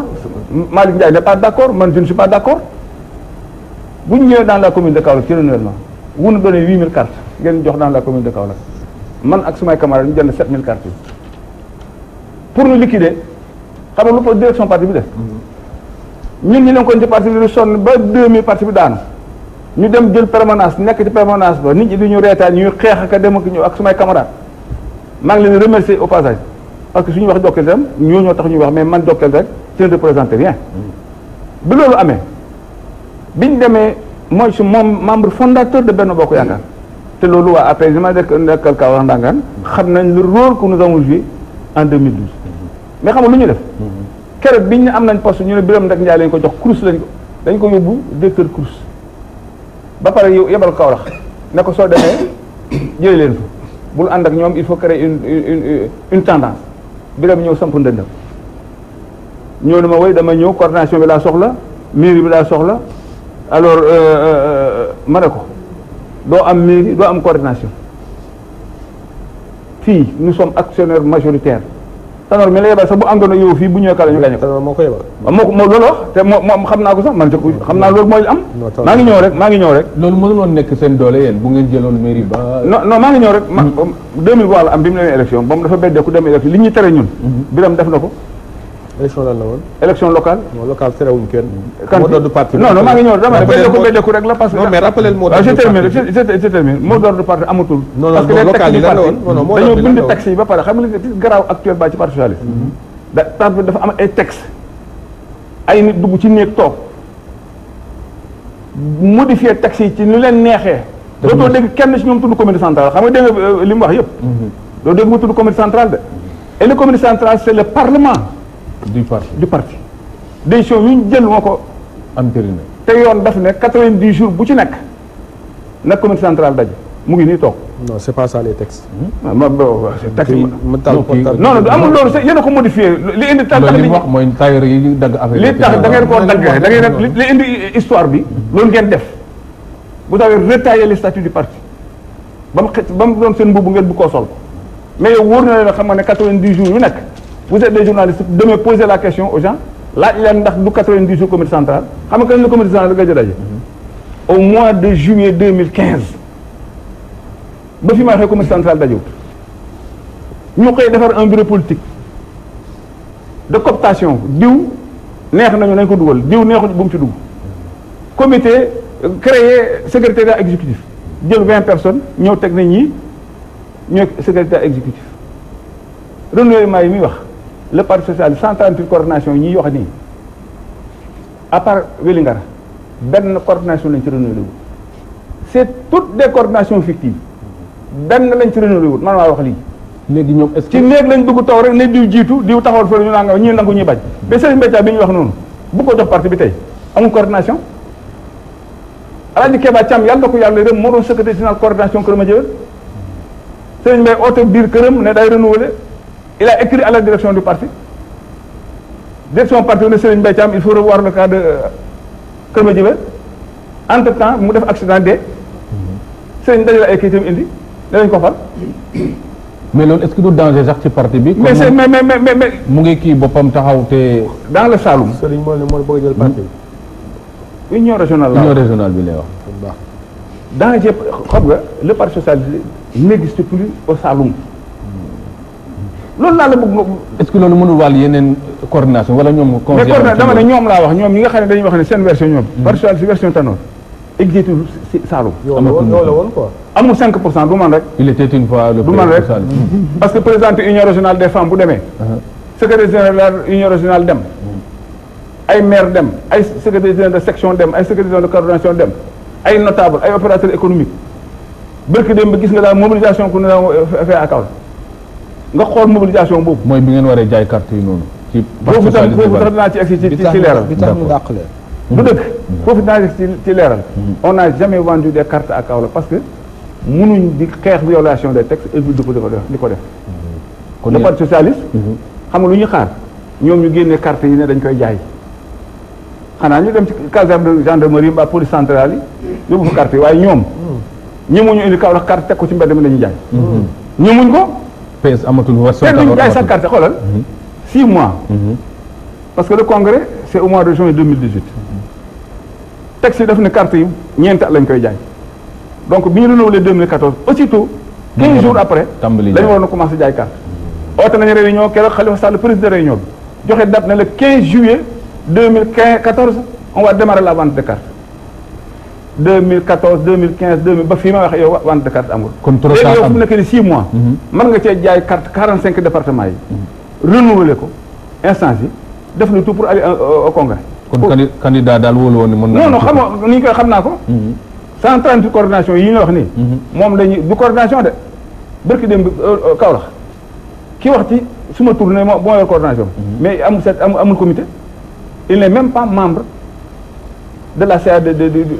la coordination. ki la tontu woon noonu ne. waaw il n'est pas membre. kan la Cheikh Seck n'est pas membre du bureau de l'union régionale bokk bureau coordination. il est adjoint maa ngi ñëw il est adjoint au trésorier de la section loolu mooy postam. kon daal kër gi bokk na fu ne la nit tey moom lañ jël ne moom mooy secrétaire général coordination Kaolack. c'est lui qui parle. d'ailleurs sax il a dit ne oui gars yi dañu affolé depuis que Tanor m'a nommé ci rajo la ko wax. et les bandes sont là depuis que Tanor m'a nommé au poste de secrétaire général de la coordination ñii dañoo jànnaxe. depuis quand le parti socialiste a commencé à nommer des gens. samedi bi ñu wax dàq nañ ma. kooku moo wax au nom de Kaolack kooku. ay instances ñoo moo proposé sama dàq moom. d'accord nga xam ne il n'est même pas. et c'est des transhumants qui ont fait 7 ans au PDS. maa leen jëli indi leen dafa leen meeting de ralliement devant Tanor. ñoo ñooy toog ne dañu dàq dañ ma Tanor ak bureau ak direction parti bi. di ko entériner di entériner loolu. d'accord dinañ ci ñëwaat. moo tax ma ne leen. dañ doon yooru. mais bii client ngeen am. yëpp nañ. parce que duñ leen bàyyee parti bi duñ leen bàyyee patrimoine parti bi. mënu leen a fex ba loolu am. te jàpp yaakaar ngeen ne coordination yëpp dinañ mos a dajaloo ne leen mbir mi nekk. loolu sax dama ne. xam nga fa la nit ñi xaar. ñoom amuñ candidat. nit ñaa ngi leen di xaar rek ba ci fan yi ci kanam rek. ñu déglu leen. bañ ne ñoom amuñ candidat. duñ dese 1%. parce que façon bi ñu ko defee la. te faaw ñu leeral ndax bu direction parti bi. kilifa boo ko doonee yor sa kër bu amee tàkk-tàkk da nga koy fay. mais doo ànd ak ñoo xam ne c'est des battants guerre dóoral xeexal. gis nga 5-6 mars bi ñu wax. li ñu ci wax yëpp du dëgg amut. j'étais présent je suis témoin auditif oculaire lañ fa wax yëpp amut. suuf ba génn ak ndox. gis nga Bamba Fall bi ñu doon incriminé. billaahi wallaahi taalaahi nii nga toog laa toog ak moom ñoo toog ba réunion bi jeex fa mu toog jógu fa. ndox fa génn gis nga paaka yi ñuy wax yooyu. amul Serigne Mbaye Thiam ko fomante moo ñëw réunion le 6 jël parole na oui Tanor man dama jaaxle bi ma gisee waa ji jël paak yi bu utal si la dama xamul lan moo ko fanq. xam nga ko mu ngi koy monté pour won ko rek dañu laa bëggoon a rey. loolu amu fa. suuf ak ndox a fa am. ak ñu ñëw taxaw nañu du ngeen jaay parti bi. te yaakaar naa ne ci alliance bi ñu nekk léegi ñu woo ñaar leen ne wax leen nag ndax da ngeen am candidat. mais bien sûr. parce que xam nañ ko. loolu dama ne le président de la République laa la wax. moo la gën a xam li xew parti socialiste. d'accord moo la gën a xam li xew Walfadjri. lu mu bëgg a xam ko. d'accord na su bëggee deuxième mandat. na uti ay alliés yoo xam ne mën nañ ko indi dara. mais c'est pas ce parti socialiste moo ko indi président Macky dara. absolument rien parce que nous avons vidé la substance. la cartouche. waaw d'accord dinañ ci dellu soit léegi Jokal Gadiaga. Cheikh Diouf ci téere bi aussi léegi naa fi nga wax ne seule la lutte libère. am na aussi foo waxee visa pour Rebeuss. mu mel ni Rebeuss kon tàmbalul tey ci parti socialiste mais ci xeex boobu ndax niñ ci tuumalee Tanor ne da cee bàyyi Khalifa mu wéet wala ñu wax ne ku ci dugg da ngay wéet est-ce que noonu ngeen daan wéete ci xeex yi ngeen daan xeex à l'époque. Et ce qui est plus grave ci xeex boobu. Ce qui est plus grave à la réunion du 6 on a donné mandat au secrétaire général de porter plainte contre X mais on n'a pas dit au secrétaire général de porter plainte contre Bamba Fall et compagnie. te loolu moo leen dugaloon. parce que boo ne contre X. c'est la police qui fait son travail. ba xam ne Jokal mii la. ba mu xam ne Ousmane Sène mii la. mais nag su nekkee ne da nga ne nag léegi je porte plainte contre diw et compagnie. la justice dañuy jàpp diw moomu. dafay enquête ci moom xam ndax liñ ko jiiñ moom la ndax du moom. donc foofu ñi fi wax naan police mbaa justice bi def nañ la justice defu foofu tous dafa def. dañ leen da nga am say doom. xëy takkale bañ dëgër indi leen teg leen ci loxo justice na leen yar leen. loolu moo fa xew. d'accord Ousmane loolu dama bëgg indi ay précisions. parce que voilà rapidement parce que li mu wax c'est très grave. parce que lii dossier la boo xam dafa dem ba ci justice. nee na 5 mars boobu moom muy woon ci salle ba. oui gis nga salle ba moom. bi muy commencé ñëpp a woon ci salle ba. mais cool bi mu takkarnaase. xeex bi am. ñi di génnee ay armes blanches. yow nekkoo fa woon yow man maa fa nekkoon. déedéet man génnuma salle bi. xam nga mag nga moo tax génnuma salle bi man. xaaral rek te yow ku ma xam ne man. xaaral génne arme blanche ci réunion. xaaral rek ku xam Jokal. xaaral arme blanche ci réunion du moom ay génne. xaaral rek dund nga ko xaaral rek du yow loolu moom yaakaar naa ne. Amath Thiaté Fall est témoin. xaaral rek ba may ma àggale. PS moom yaakaar naa ku mos a tey renouvellement tendance rek. doo ragal donc loolu laa lay kii yow fekku la fa benn. loolu amu fa beneen bi mooy. xam nga ñun ñu fa nekkoon bu ma naan la man maa sësoon ci tano xam nga kon ay arme blanche yi ñu faale wuñ. man xam nga xaare xam nga ñun xamante ne man ndaw laa woon seen kanam. xam nga xamante ne da ngay kilifa. léegi am na yoo xam ne dama koy moytu sama diggante ak yow. mais nañu waxante rek li fa am gis nga mën nga toog fii nii. man tam loolu surtout man mi nga xamante nag mënu ma nekk témoin oculaire fekkee yow nga xam ni man lu dul dëgg intéressé wu ma. moo tax bu ma waxee toogee ak mag nag muy politicienne daf may métti parce que nag ay kilifa lañu amul kenn troisième ku leen mën a arbitrer yow nee nga teew moom nee na teew moom pour la arme blanche yi muy wax man arme blanche yi muy wax nañ génne vidéo yi ak man ci sama bopp man j'étais témoin oculaire moom itam nee na il était témoin oculaire amul ku ñu mën a surveiller soo loolu am fa woon place nañ génnee soo fekk daw na bu yàgg vidéo bi fekk daw na bu yàgg ñun ñoo fa nekkoon nekku fa dara amu fa lu muy suuf ak ndox bon mais amul ko c'est de l'histoire ancienne yéen fa la nekkoon maa la ko wax léegi xam naa dina émission buñ ko seetaanee génne leen ko kii dañu am paaka buñ seetaan émission bi dina am ñu moon arbitré ci parti socialiste dafa nekkoon am problème de toute façon d'accord mi dawoon na Cheikh waaw am problème waaw da nga ne ndax man wéet nu ma ñu ngeen di wéete ci xeex ni ñu wax ne Khalifa dafa wéet ci xeexam bi ndax yéen itam à l'époque bi ngeen dem Rebeuss ak yu mel noonu nii la wéetoon wala ci diggante bi la waaw man sama cas damay ñaanal ndem si yàlla Birame Sassoum Sy maître Birame Sassoum Sy tout ça di ko ñaanal yàlla na ko yàlla xaare àjjana il s'est porté volontaire ñëw bokk ci pôle avocat yi mais parce que maître Wagane Faye bi may remercier Wagane Faye bu LDMPT maître Wagane Faye la Mouhamadou Baro journaliste contacté maître Wagane ne il va défendre le dossier après Birame Sassoum Sy ñëw himself ñëwal boppam ne man oo ko ne dinaa bokk dinaa ko défendre ils m'ont bien défendu si biir salle bi wax na ma fa ne vraiment li nga def jàmbaar la. te loolu lan nga defoon ak ci lan ndax ci turu PS nga ko defoon wala. boobu génn naa PS pour indi transition beeg sama sortie PS bi. moo fay wax. PS à part jaar-jaar yooyu dañoo dem ba 2006 2007 début 2007 si renouvellement 2007 yi. renouvellement 2007 yi bi ñuy wax ne renouvellement démocratique mooy lu. maître Sarr di wax ne centralisme démocratique. 2007 dañoo man Cheikh Diouf. J'étais responsable de la coordination départementale de Fatick des jeunes socialistes membre du bureau national bu Pape Babacar Mbaye jiite woon nekkoon adjoint chargé des élections l'adjoint au chargé des élections yore ba ci comité départ ci comité un renouvellement ñu koy def à partir de mon village ñu ne ma dañuy def renouvellement ma ñëw boobu fekk na dañoo daanu PS dafa daanu ñu may waa Jaxaaw ñu may seede Tanor il est au courant parce que jox na ma si benn trophée chaque année durant de 2000 à 2006 chaque année ma dépensé une somme d'argent et presque à 500 000 francs lu mu tuuti tuuti te def un tournoi Ousmane Tanor Dieng kenn jàppale ma ñu ma si jàppale une fois la un nommé Aliou Ndoye Diouf mon grand frère je le remercie Youssou Diom une fois la Youssou moo dem waxtaanoo ne kii il fait ce travail chaque année il faut nga jàppale ko benn trophée la ma jox trophée baa ngi ne ba tey pour prouver sama engagement foofu mais ñu dem ba fin de début 2007 ñu ne dañuy def renouvellement le responsable de la coordination ñëw ñu oo ñu Jaxaaw bureau kër feu Pa Abdou Ndour ne voici le bureau de la section sama tur nekk ci la section qui représentant la commune ma wàcc au niveau du village de la plus petite structure politique le comité de Maronem sur le bureau je suis 30e sur 31 personnes comme ça on met mon nom sans affectations de poste. consultation sans discussion. Voilà ma ne lii nag ñu non lii c'est nii la demee ma ne non kon on retourne au village def le vote laaj nit ñi on me dit que non c'est entériné c'est parti ma ne lii su demee man je quitte. C'est en 2007. loolu moo la fa jëlee. laa fa jógee avec des amis ñu dem bind statut parti soo demee BMS bu Fatick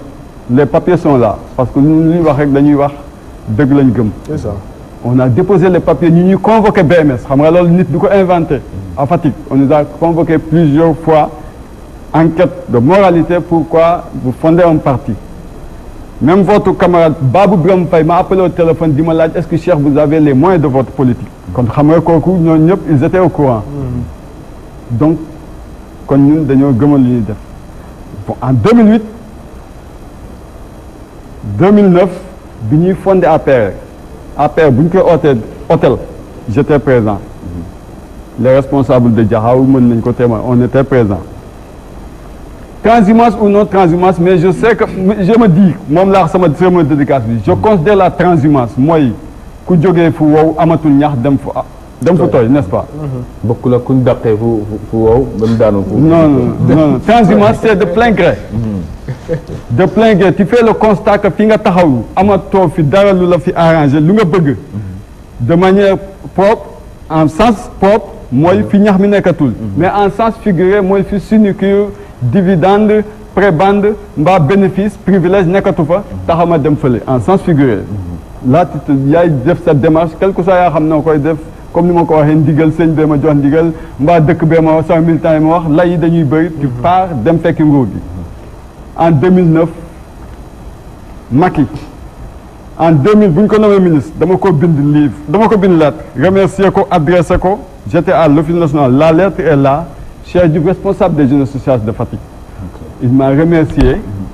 ne kon waroon nga mën a ànd seeg man je ne suis pas venu bu mu nekkee ministre de l'hydraulique bu mu nekkee premier ministre j'ai réédité la lettre avec la même adresse Cheikh Diouf responsable mu réitéré ma le mot réitéré si la ko def je ne suis pas parti bu ma fekki jee Macky mooy bu ñu ko dàqee PDS bu mu génnee PDS laa ko fekki donc je ne suis j'ai pas transhumé si j'aurais transhumé si j'étais allé à la primature. Mais je t'es déplacé quoi. Non, nous avions des intérêts convergents. dañoo bokkoon un combat. Nous avions ñu bokk combat ma fekk ko. Bon, si c'est une transhumance, là j'ai eu raison sur vous parce qu'en 2012 au second tour le candidat fooku ma fekki moom nga jàppale au second tour. boobu ba léegi élection yi ñu dem sama candidat boobu moom ngeen di jàppale. Donc je suis venu bien avant vous donc là vous m'avez suivi donc c'est pas mauvais c'est pas bon ça c'était pour blaguer man fi nga nekk daal foofu la ñuy joxoon foofu la ñuy laaj. fi ma joxoon ñoom ñooy dama transhumé foofu la mais en politique nag nit man le cas Khalifa Sall j'avais dit mu ngi sama page Facebook au mois de décembre 2016 mu ngi sama page Facebook et ma ne ces gens-là la lettre j'adressais le texte au président Macky Sall et à l'APR ma ne ils vont nous créer des ennemis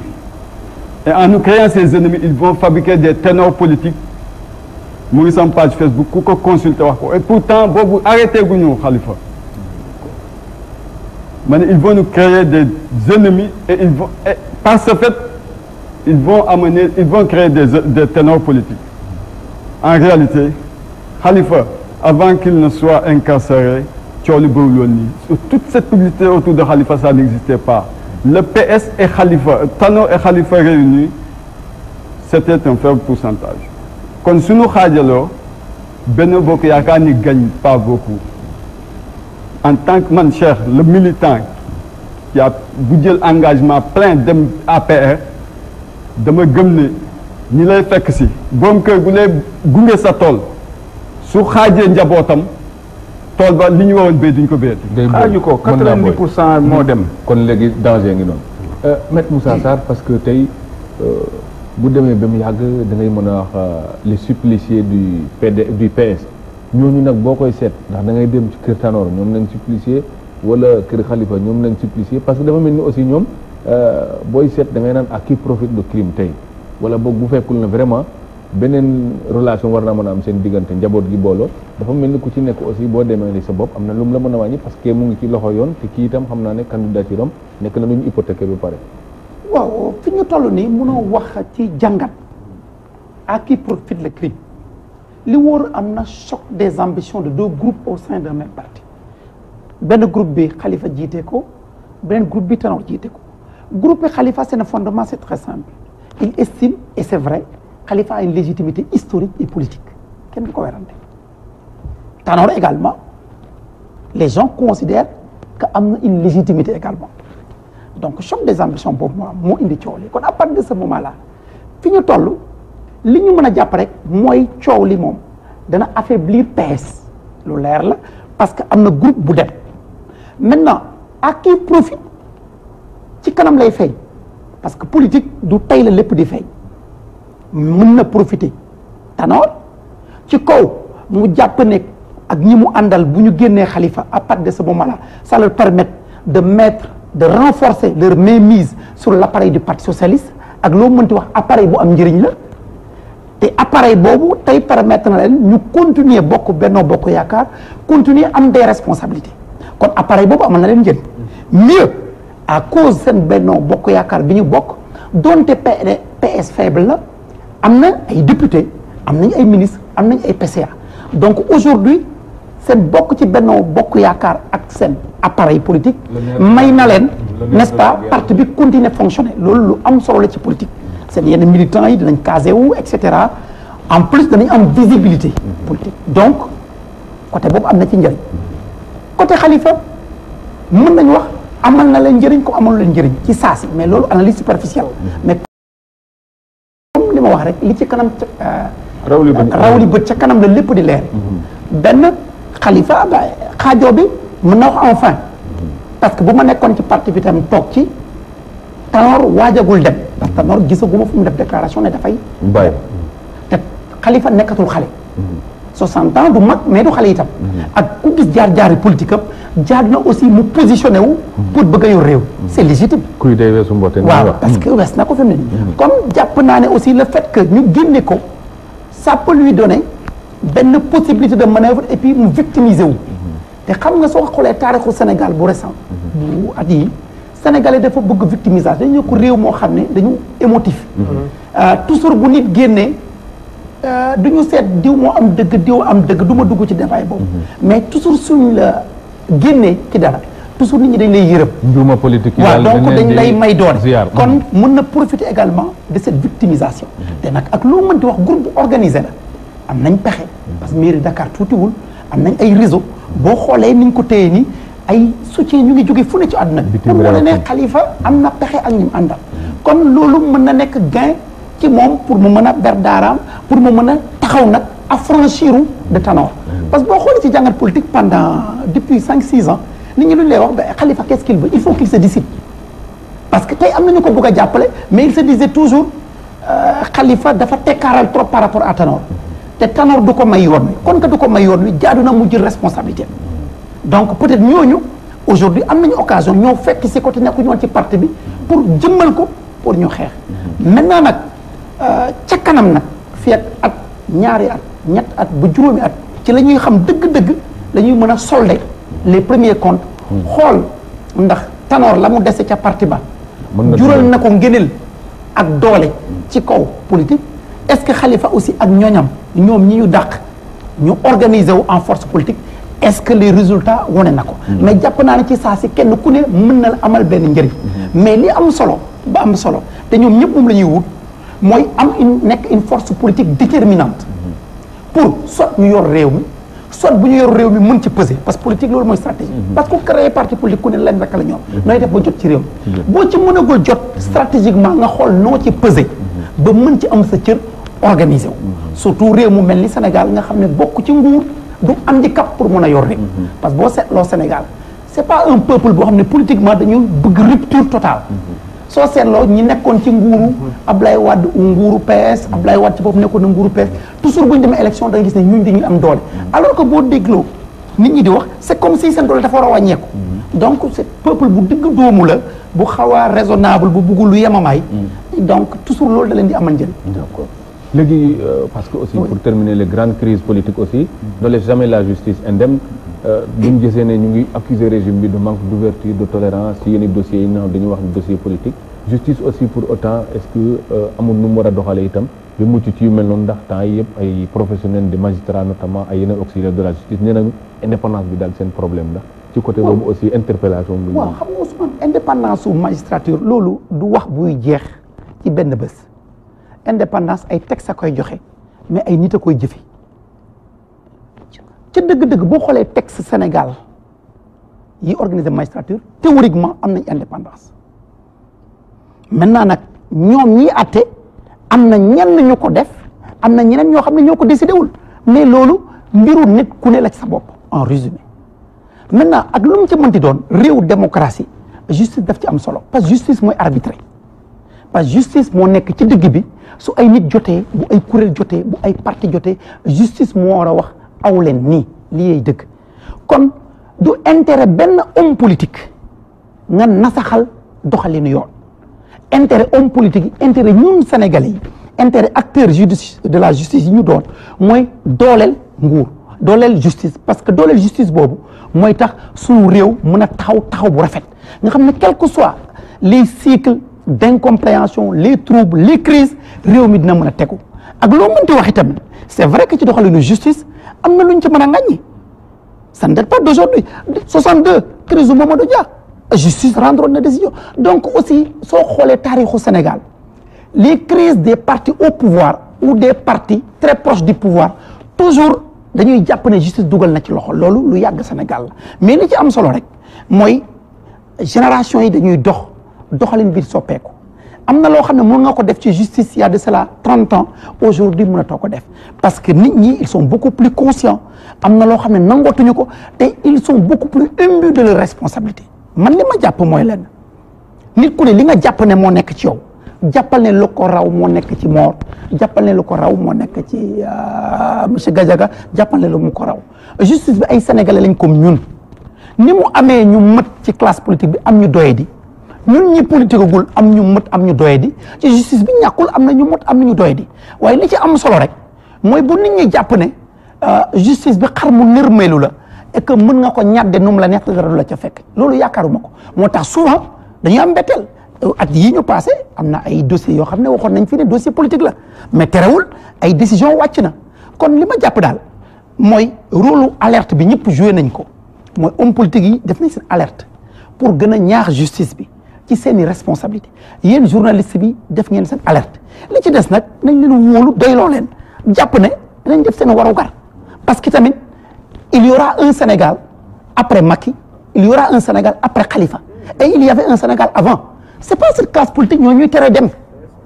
suñu fi nekkee ñu dem buñ fi nekkul ñu dem parce que réew mi ñun ñëpp a ko bokk kon na ñëpp a jàpp ne kenn avenir ñun suñu réew nekkul ci ndoddu kenn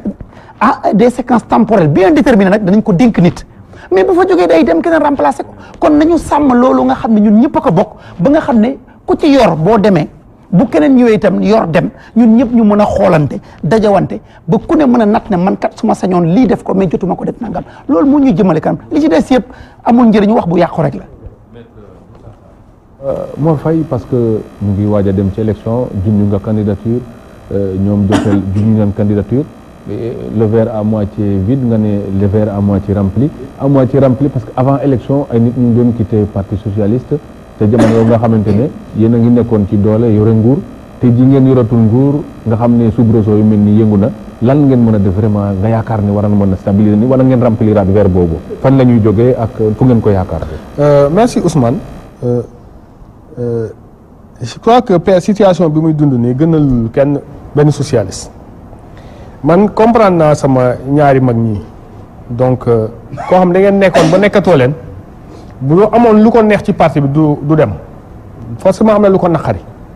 ñun ñi des sax muy man muy Tanor muy ñi ci des ñëpp ku nekk am na loo xamante ne naqari na la mais ñëpp mënuñoo dem moo tax ñi dem itam dañuy comprendre ni li tax ba ñu dem moo leen naqari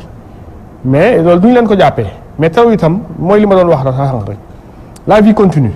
yàlla dogal na ñoo àndoon àndatuñu terewul comme ma ci taseel dinaa saafoonteeg yow parce que seq nañ jàmm. te loolu mooy àdduna parce que gis nañ tey ji waa PDS ñoom dañuy dajee feneen def nañ seen coalition boo xamante ne ay ñoom Pape Diop demoon na ñoom Idi dem terew ñoom ñu ngi dajaloot parce que loolu mooy àdduna c'est la vie naturelle c'est la progression naturelle dans la vie politique. cette capacité de dépassement bu amoon ci biir parti bi. xanaa kay retrouvailles war naa mën a am. ngeen mais loolu laay wax nee naa la du question capacité c'est-à-dire dama ko cité sànq ma ni la ñun dàquñu kenn ci objectif maanaam objectif du dàq mais da nga dem ba. nga toll ci jamono joo xamante exactement. da nga ànd ak koo xamante ne ni dew ma te doo dem te boo bëggee ma dem. il faut que par force yow man maay jiitu ñu ni la yow bëgg bu fekkee da ngaa bëgg a jiitu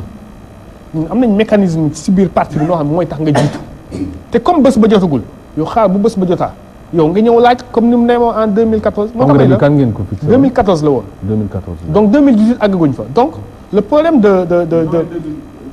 18 voilà. le problème donc qui se pose actuellement dans le parti du Tanor moo jiitu parce que ñun ñëpp ñoo ko tànn Jokal moo ko tànn maa ko tànn mais le problème bi posé wu exactement ci ñoom Jokal li ñuy wax mooy dañ bëgg PS am candidat en 2018 te waxtaanee guñ ko yéen te ñun waxtaanee guñ ko ñoom bu ñu xëyoon bureau politique wala ñëw ci instance yi ñu bokk ñu posé ko fa ñu tontu leen ko mais non seulement posé wuñ ko fa mais ñoom dañ jël seen décision maanaam maag yow ñu bokk benn mbir mais damay laqatu rek di defaru di organiser wu di ñëw te booy dem ma lay galgal donc kooku bu la wóoree ne fi ngeen jëm itam quel que soit alpha da ngeen di séparé wu ëllëg te moom amul fitu demal boppam yow da nga am fulla gu toll ni nga ne ko kat nañ teqali ko ci jàmm parce que dem nañ ba 5 mars tudd na ko ba xam nga kuy tudd ay violence xam nga violence Sénégal soxlañu violence du moment wu xalaat a ngi fi wax ba convaincre sa morom man Jokal bu ma doon moom man lay wax damay dem ci sama rakk Khalifa ma ni ko Ousmane sa mag la ñoo bokk parti bi boo génnoon tey jii ngay wuti tey jii li ñuy bàyyi ci gannaaw parti social bu doolee ko woon ci ñun kon dañuy gën a am doole Ousmane mi nga àndal muy sa mag toogal ak moom nga waxtaan ak moom buñ demee ba tollu ca bu boobaa nga ne ko lii lañ doon waxtaane man nii laa bëggee bu boobaa militants yi dinañ tànn mais bu fekkee yow dañ koy xelal ni non seulement dañ koy xelal ni moom na génn bédeeku mais na ànd ak xale yoo xamante ne leen neex nañ wax ba tey jii Khalifa Sall tey jii wax am na ku ma doon toogal ma wax ko ma ni ko tolloon nañ jamono joo xamante ne Tanor bu ni woon man bëgguma nekk candidat Khalifa Sall dama bëgg a nekk candidat man ku mënoon a bëgg ci Sénégal man Khalifa lay jàppale. loolu gëm naa ko. ma ni ko Khalifa Sall ci boppam moom fi mu toog xam na ni man Mor Faye dallu Tanor moo ma ko gënal te bu dul woon Tanor keneen ku mu jongantee woon booba ci jamono yooyu man moom lay jàppale te ci jamono yooyu moom ci moom boo ko laajoo mu la dallu Tanor moom la gënal. te c'est comme ça le parti social parce que. parti bi day parti boo xam ne mooy li mu wax sax intérêt général moo ko lal intérêt général ñun dañoo joxante cër goo xamante ne kon bu ñu gisee ku bokk ci parti bi li mu koy ngay doomu parti bi nga xam parti bi ngay doxal loo xam ne sax naa rien à voir avec le parti dañu naan am na ku nekk ci biti te doyen bi wax na ko sànq Sarr mu ni am na ñu ko bëggoon a jàppale mais xamuñu nu muy def ak Tanor ak tel la donc boo nekkee nag koo xamante ne kilifa nga ay nit di la interpeller gauche droite partout même à l'international la waa ji da lay tàrreel mbëkk ko nga romb yow da ngay dem ba sax fàtte te nit ñi ñoo ko sànq mais bu dul woon nit ñi bu desoon ci biir parti bi ñun dañuy continuer suñu biir parti bi dem mais comme ni ko doyen waxee ñoom am nañ doole jox na bu ñu demee dara du fa des ba tax ñoom ñu ñuy chantage du ñu renouveler du ñu dem parce que ñun dañuy naan gars yi kat bu demee parti bi day jeex ñun nag aussi dañuy am fulla gu toll ñu gëm yàlla ni leen dem leen xott bi ñu fiy desee nañ fiy des ak yàlla ay joxe président Macky Sall kenn xalaatu woon mu nekk président en 2000 kii ñu ko xalaatoon bëriwul de mais ki yàlla def après Macky Sall yàlla tudd na ko ku gëm yàlla doo sonn mais pourquoi ñu ne diw la bu dul diw c'est pas là ba tax ñoom ñu bëgg a tax suñu parti bëgg a dem comme nangu ñoo dem kay ñun leen dem leen seen yoon ñu xool nag ñun défi bi nag du Tanor def na lu mu war a def ñii ñun lañ défier que ne bu ñu demee parti bi jeex remplaçant yi nekkoon seen gannaaw dañuy wan ne ñu leen gën a sax fopp gën a mobiliser nit ñi ñëw te buñ doon fukk tey dinañ nekk ñaar fukk te incha allah l'avenir nous dira pour nga xam ne parti bi ça ne fait que commencer Mor Faye Jokal Gadiaga parce que Mor Faye souligné na ko ay yoon yu bëri sa diggante ak Tanor ni mu meloon ba nga xam ne ku newoon Jokal ne Tanor parce que dëgëroon na diggante Khalifa ak Tanor noonu ñu àgg tey ba ci situation bu mel nii mu mel ne kon yëf yi nekk na ci biir parti socialiste mais dafa mel ni cause yi boo koy xool aussi il faut nga xool externe maanaam ci biti lan moo mën a boox yëf yi ba mu toll fii parce que seen biir gisuma lu leen war a mën a jaxase d'après li ngeen wax fii loolu lépp ci politique la bokk. man Khalifa du suma xarit parti socialiste moo ñu boole su nekkee ne am naa ko xarit ñuy wax ne xarit Ousmane Tanor Dieng la loolu mooy li am waaye dama ne la Tanor dafa am lobbying boo xam ne ñoo wër Tanor yàq lépp loo xam ne Tanor waroon na ko def ba kenn mënul wax ak Tanor mu jëpp sa mu réer nag dara gënu ko ñaaw ci àdduna parce que parti socialiste bi nga xam ne Senghor doon ko créé 1948 à Kaolack soixantenaire bi ñu feetee ko Kaolack 70 ans yi ren la en 2018 ce parti là wartoon a jaar tey fii mu jaar mag ña fa nekk te waroon nañ dajale ndax kër gu xuloo amut gannaaw sa njaboot nga dëkkal sax xuloo dafay am nga oo njaboot bi waxtaan ñoom jubal leen waaye ña fa nekk kala Serigne Mbaye Thiam bi pour ne xalifa dem seen intérêt la parce que bu xalifa demee ak ñi mu àndal dem léegi ku fa nekk du ku dul ñoom. léegi bàyyi Serigne nag yaa Serigne jubóo wala bu ne ci télé bi. man loolu ça ne t'engage pas. mooy seen responsable. mooy seen responsable à Kaolack. à Kaolack waaw. man bu may du parti socialiste dama ne dans la vie ci vie privée Serigne su ma nekkul ci. mais dans le parti ñi yàq parti socialiste Serigne Mbaye kenn jiitu ko ci. le mal du parti socialiste Serigne Mbaye Thiam te loolu wax moom wax naa ko le 14 janvier réunion bureau politique quand j'ai pris la parole j'ai fait une déclaration ne leen Benno Bokk Yaakaar bii ma gis mun a mën a ko du Benno Bokk Yaakaar on ne peut pas être membre fondateur de Benno Bokk Yaakaar ñu ñëw élection 2012 ñu ànd gagné ñu toog ci quelque temps ñuy dem élection législative ñu indi ñaari poste jox AFP benn jox APR benn on a accepté ñu ñëw élection locale 2014 ñu jël mairie jox APR jël conseil départemental jox AFP ñu ne d'accord ne ñu ñëw au conseil des collectivités territoriales ñu indi ñaari poste ñu ne ñaari poste yooyu AFP moom benn APR moom benn yéen suppléant ngeen am ñu jox ñu suppléant ba ñu indi suppléant ba ñu génn suppléant ba ko sànni teg fële waaye ñun. lan moo mën a sauver parti socialiste wala mu sauver Tanor ci coow li nga xamante ne yaa ngi naan mu jëpp so bi mu réer musiba la. waaw ndax c'est pas trop tard su ma amee lu ma naqari tey mooy le président Macky Sall ak Khalifa Sall seen ànd ñoom ñaar li mu mënoon a jur ci Sénégal mënoon ko jur tey ci biir Dakar bi ñu nekk waa parti socialiste jaar ci diggante bi ruuxal leen bay yàq seen diggante. loolu weesu na fi mu ne nii mënatul nekk. non jamais en politique amul waaye xam naa ne daal de toute façon li ma xam daal. mooy ne parti bi ma gis moom mbër moo xam ne mbër bu bëriwut la day bàkku rek. sangalaan bi lay yem yow gànjaay nga dëkk yàgg nga ñëw ci làmb. sangalaan bi waaw nga gis mbër moo xam ne bu ñëwee dafay takk ay jàjjam tëb dal laal saafara yuuxu. waaye du bëri mukk. loolu lañ wax nañ si le parti socialiste dootul bëri. dootul bëri mukk ci àdduna parce que doo am 10% ña la joxoon 10% yeeg dem ngay bëri doo ko def léegi ci yóbbaale ma leen toll parti yóbbaale ma la te loolu daal yéen mënu leen ko seetaan nag ñun duñ seetaan loolu mais congrès bi ñëwoon na pare yéen jàppoon ngeen date bi xam ko lu leen teye xaar bi congrès bi yëg ngeen ñu yëkkati parti jox leen ñoom dañ leen ñu dàqale ñun defuñ dara di congrès kay da nga koy préparé est-ce que doxal ngeen doxal ñuy dem congrès wala ñu bëgg a ma ne gàttandu congrès waaw ma ne da nga xam ne ñoo ñëw tey maison du parti 5 ak 6 ndox ak suuf rek am fa ñu tëj ci ay nit kaso léegi bu bureau politique amee mbaa bu réunion amee maison du parti soo ñëwee da nga yaakaar ne caserne Samba Diéry Diallo nga nekk kon daal xëjoo daal mënatul am kon liñ gis ñun mooy ne parti socialiste nit mën na koo jéem a yàq mais kenn mun ko parce que du ci ñun ñuy wax ñi yëpp bu ci moom parti socialiste ba tax na lu bare Kaolack jaay ñu fa carte des cartes n'ont jamais été vendues à Kaolack pour mu leer nit ñi génnewuñ fa carte bu ñuy jaay Kaolack mais li ngeen def parti bi yëgu ko wala santaane ko wala ganti ndaje ma foofu ndaje mi ñun ndaje mi dama ne c'est la dissidence c'est-à-dire dama ne bu ñu neexee wut buntu bu ñu leen bu ñu neexee dama ne wan ñu ni ñoom mënatuñoo ànd ak ñun xam nga c'est ça bëggu ñoo dem ba pare détermine xam nga li procédure xam nga dàq bi li tax ñu jëm ko gaa proposé mais c'est le meeting de Kaolack parce que dañoo gis Kaolack mobilisation boo xam ne foogoon nañ ne loolu ca parti mu ngi gëj a am ba parti socialiste nekk au pouvoir. ñaata kaar ngeen jëlee Dakar. je termine. ñaata kaar ngeen jëlee Dakar. non non moom laa wax dama ne. man 10 000 man. élection yi 10 316 voix laa am.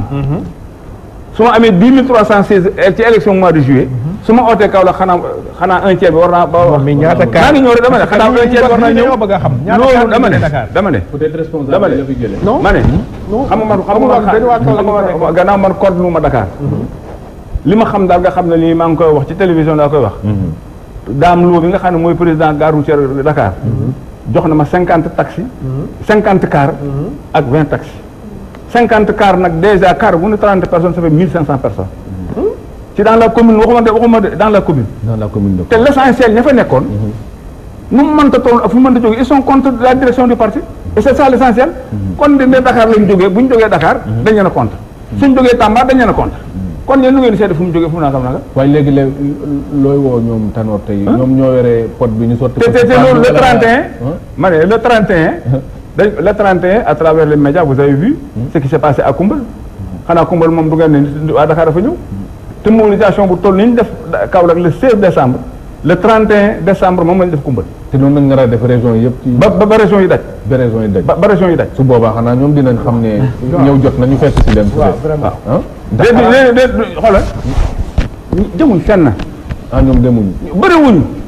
d'accord kon daal moom mbir mi ñi bëriwuñ ñi dañuy bàkku rek tàggateme na jokel ba jaga kon pour terminer rek xam naa temps baa ngi Cheikh gis naa sa livre aussi nga cité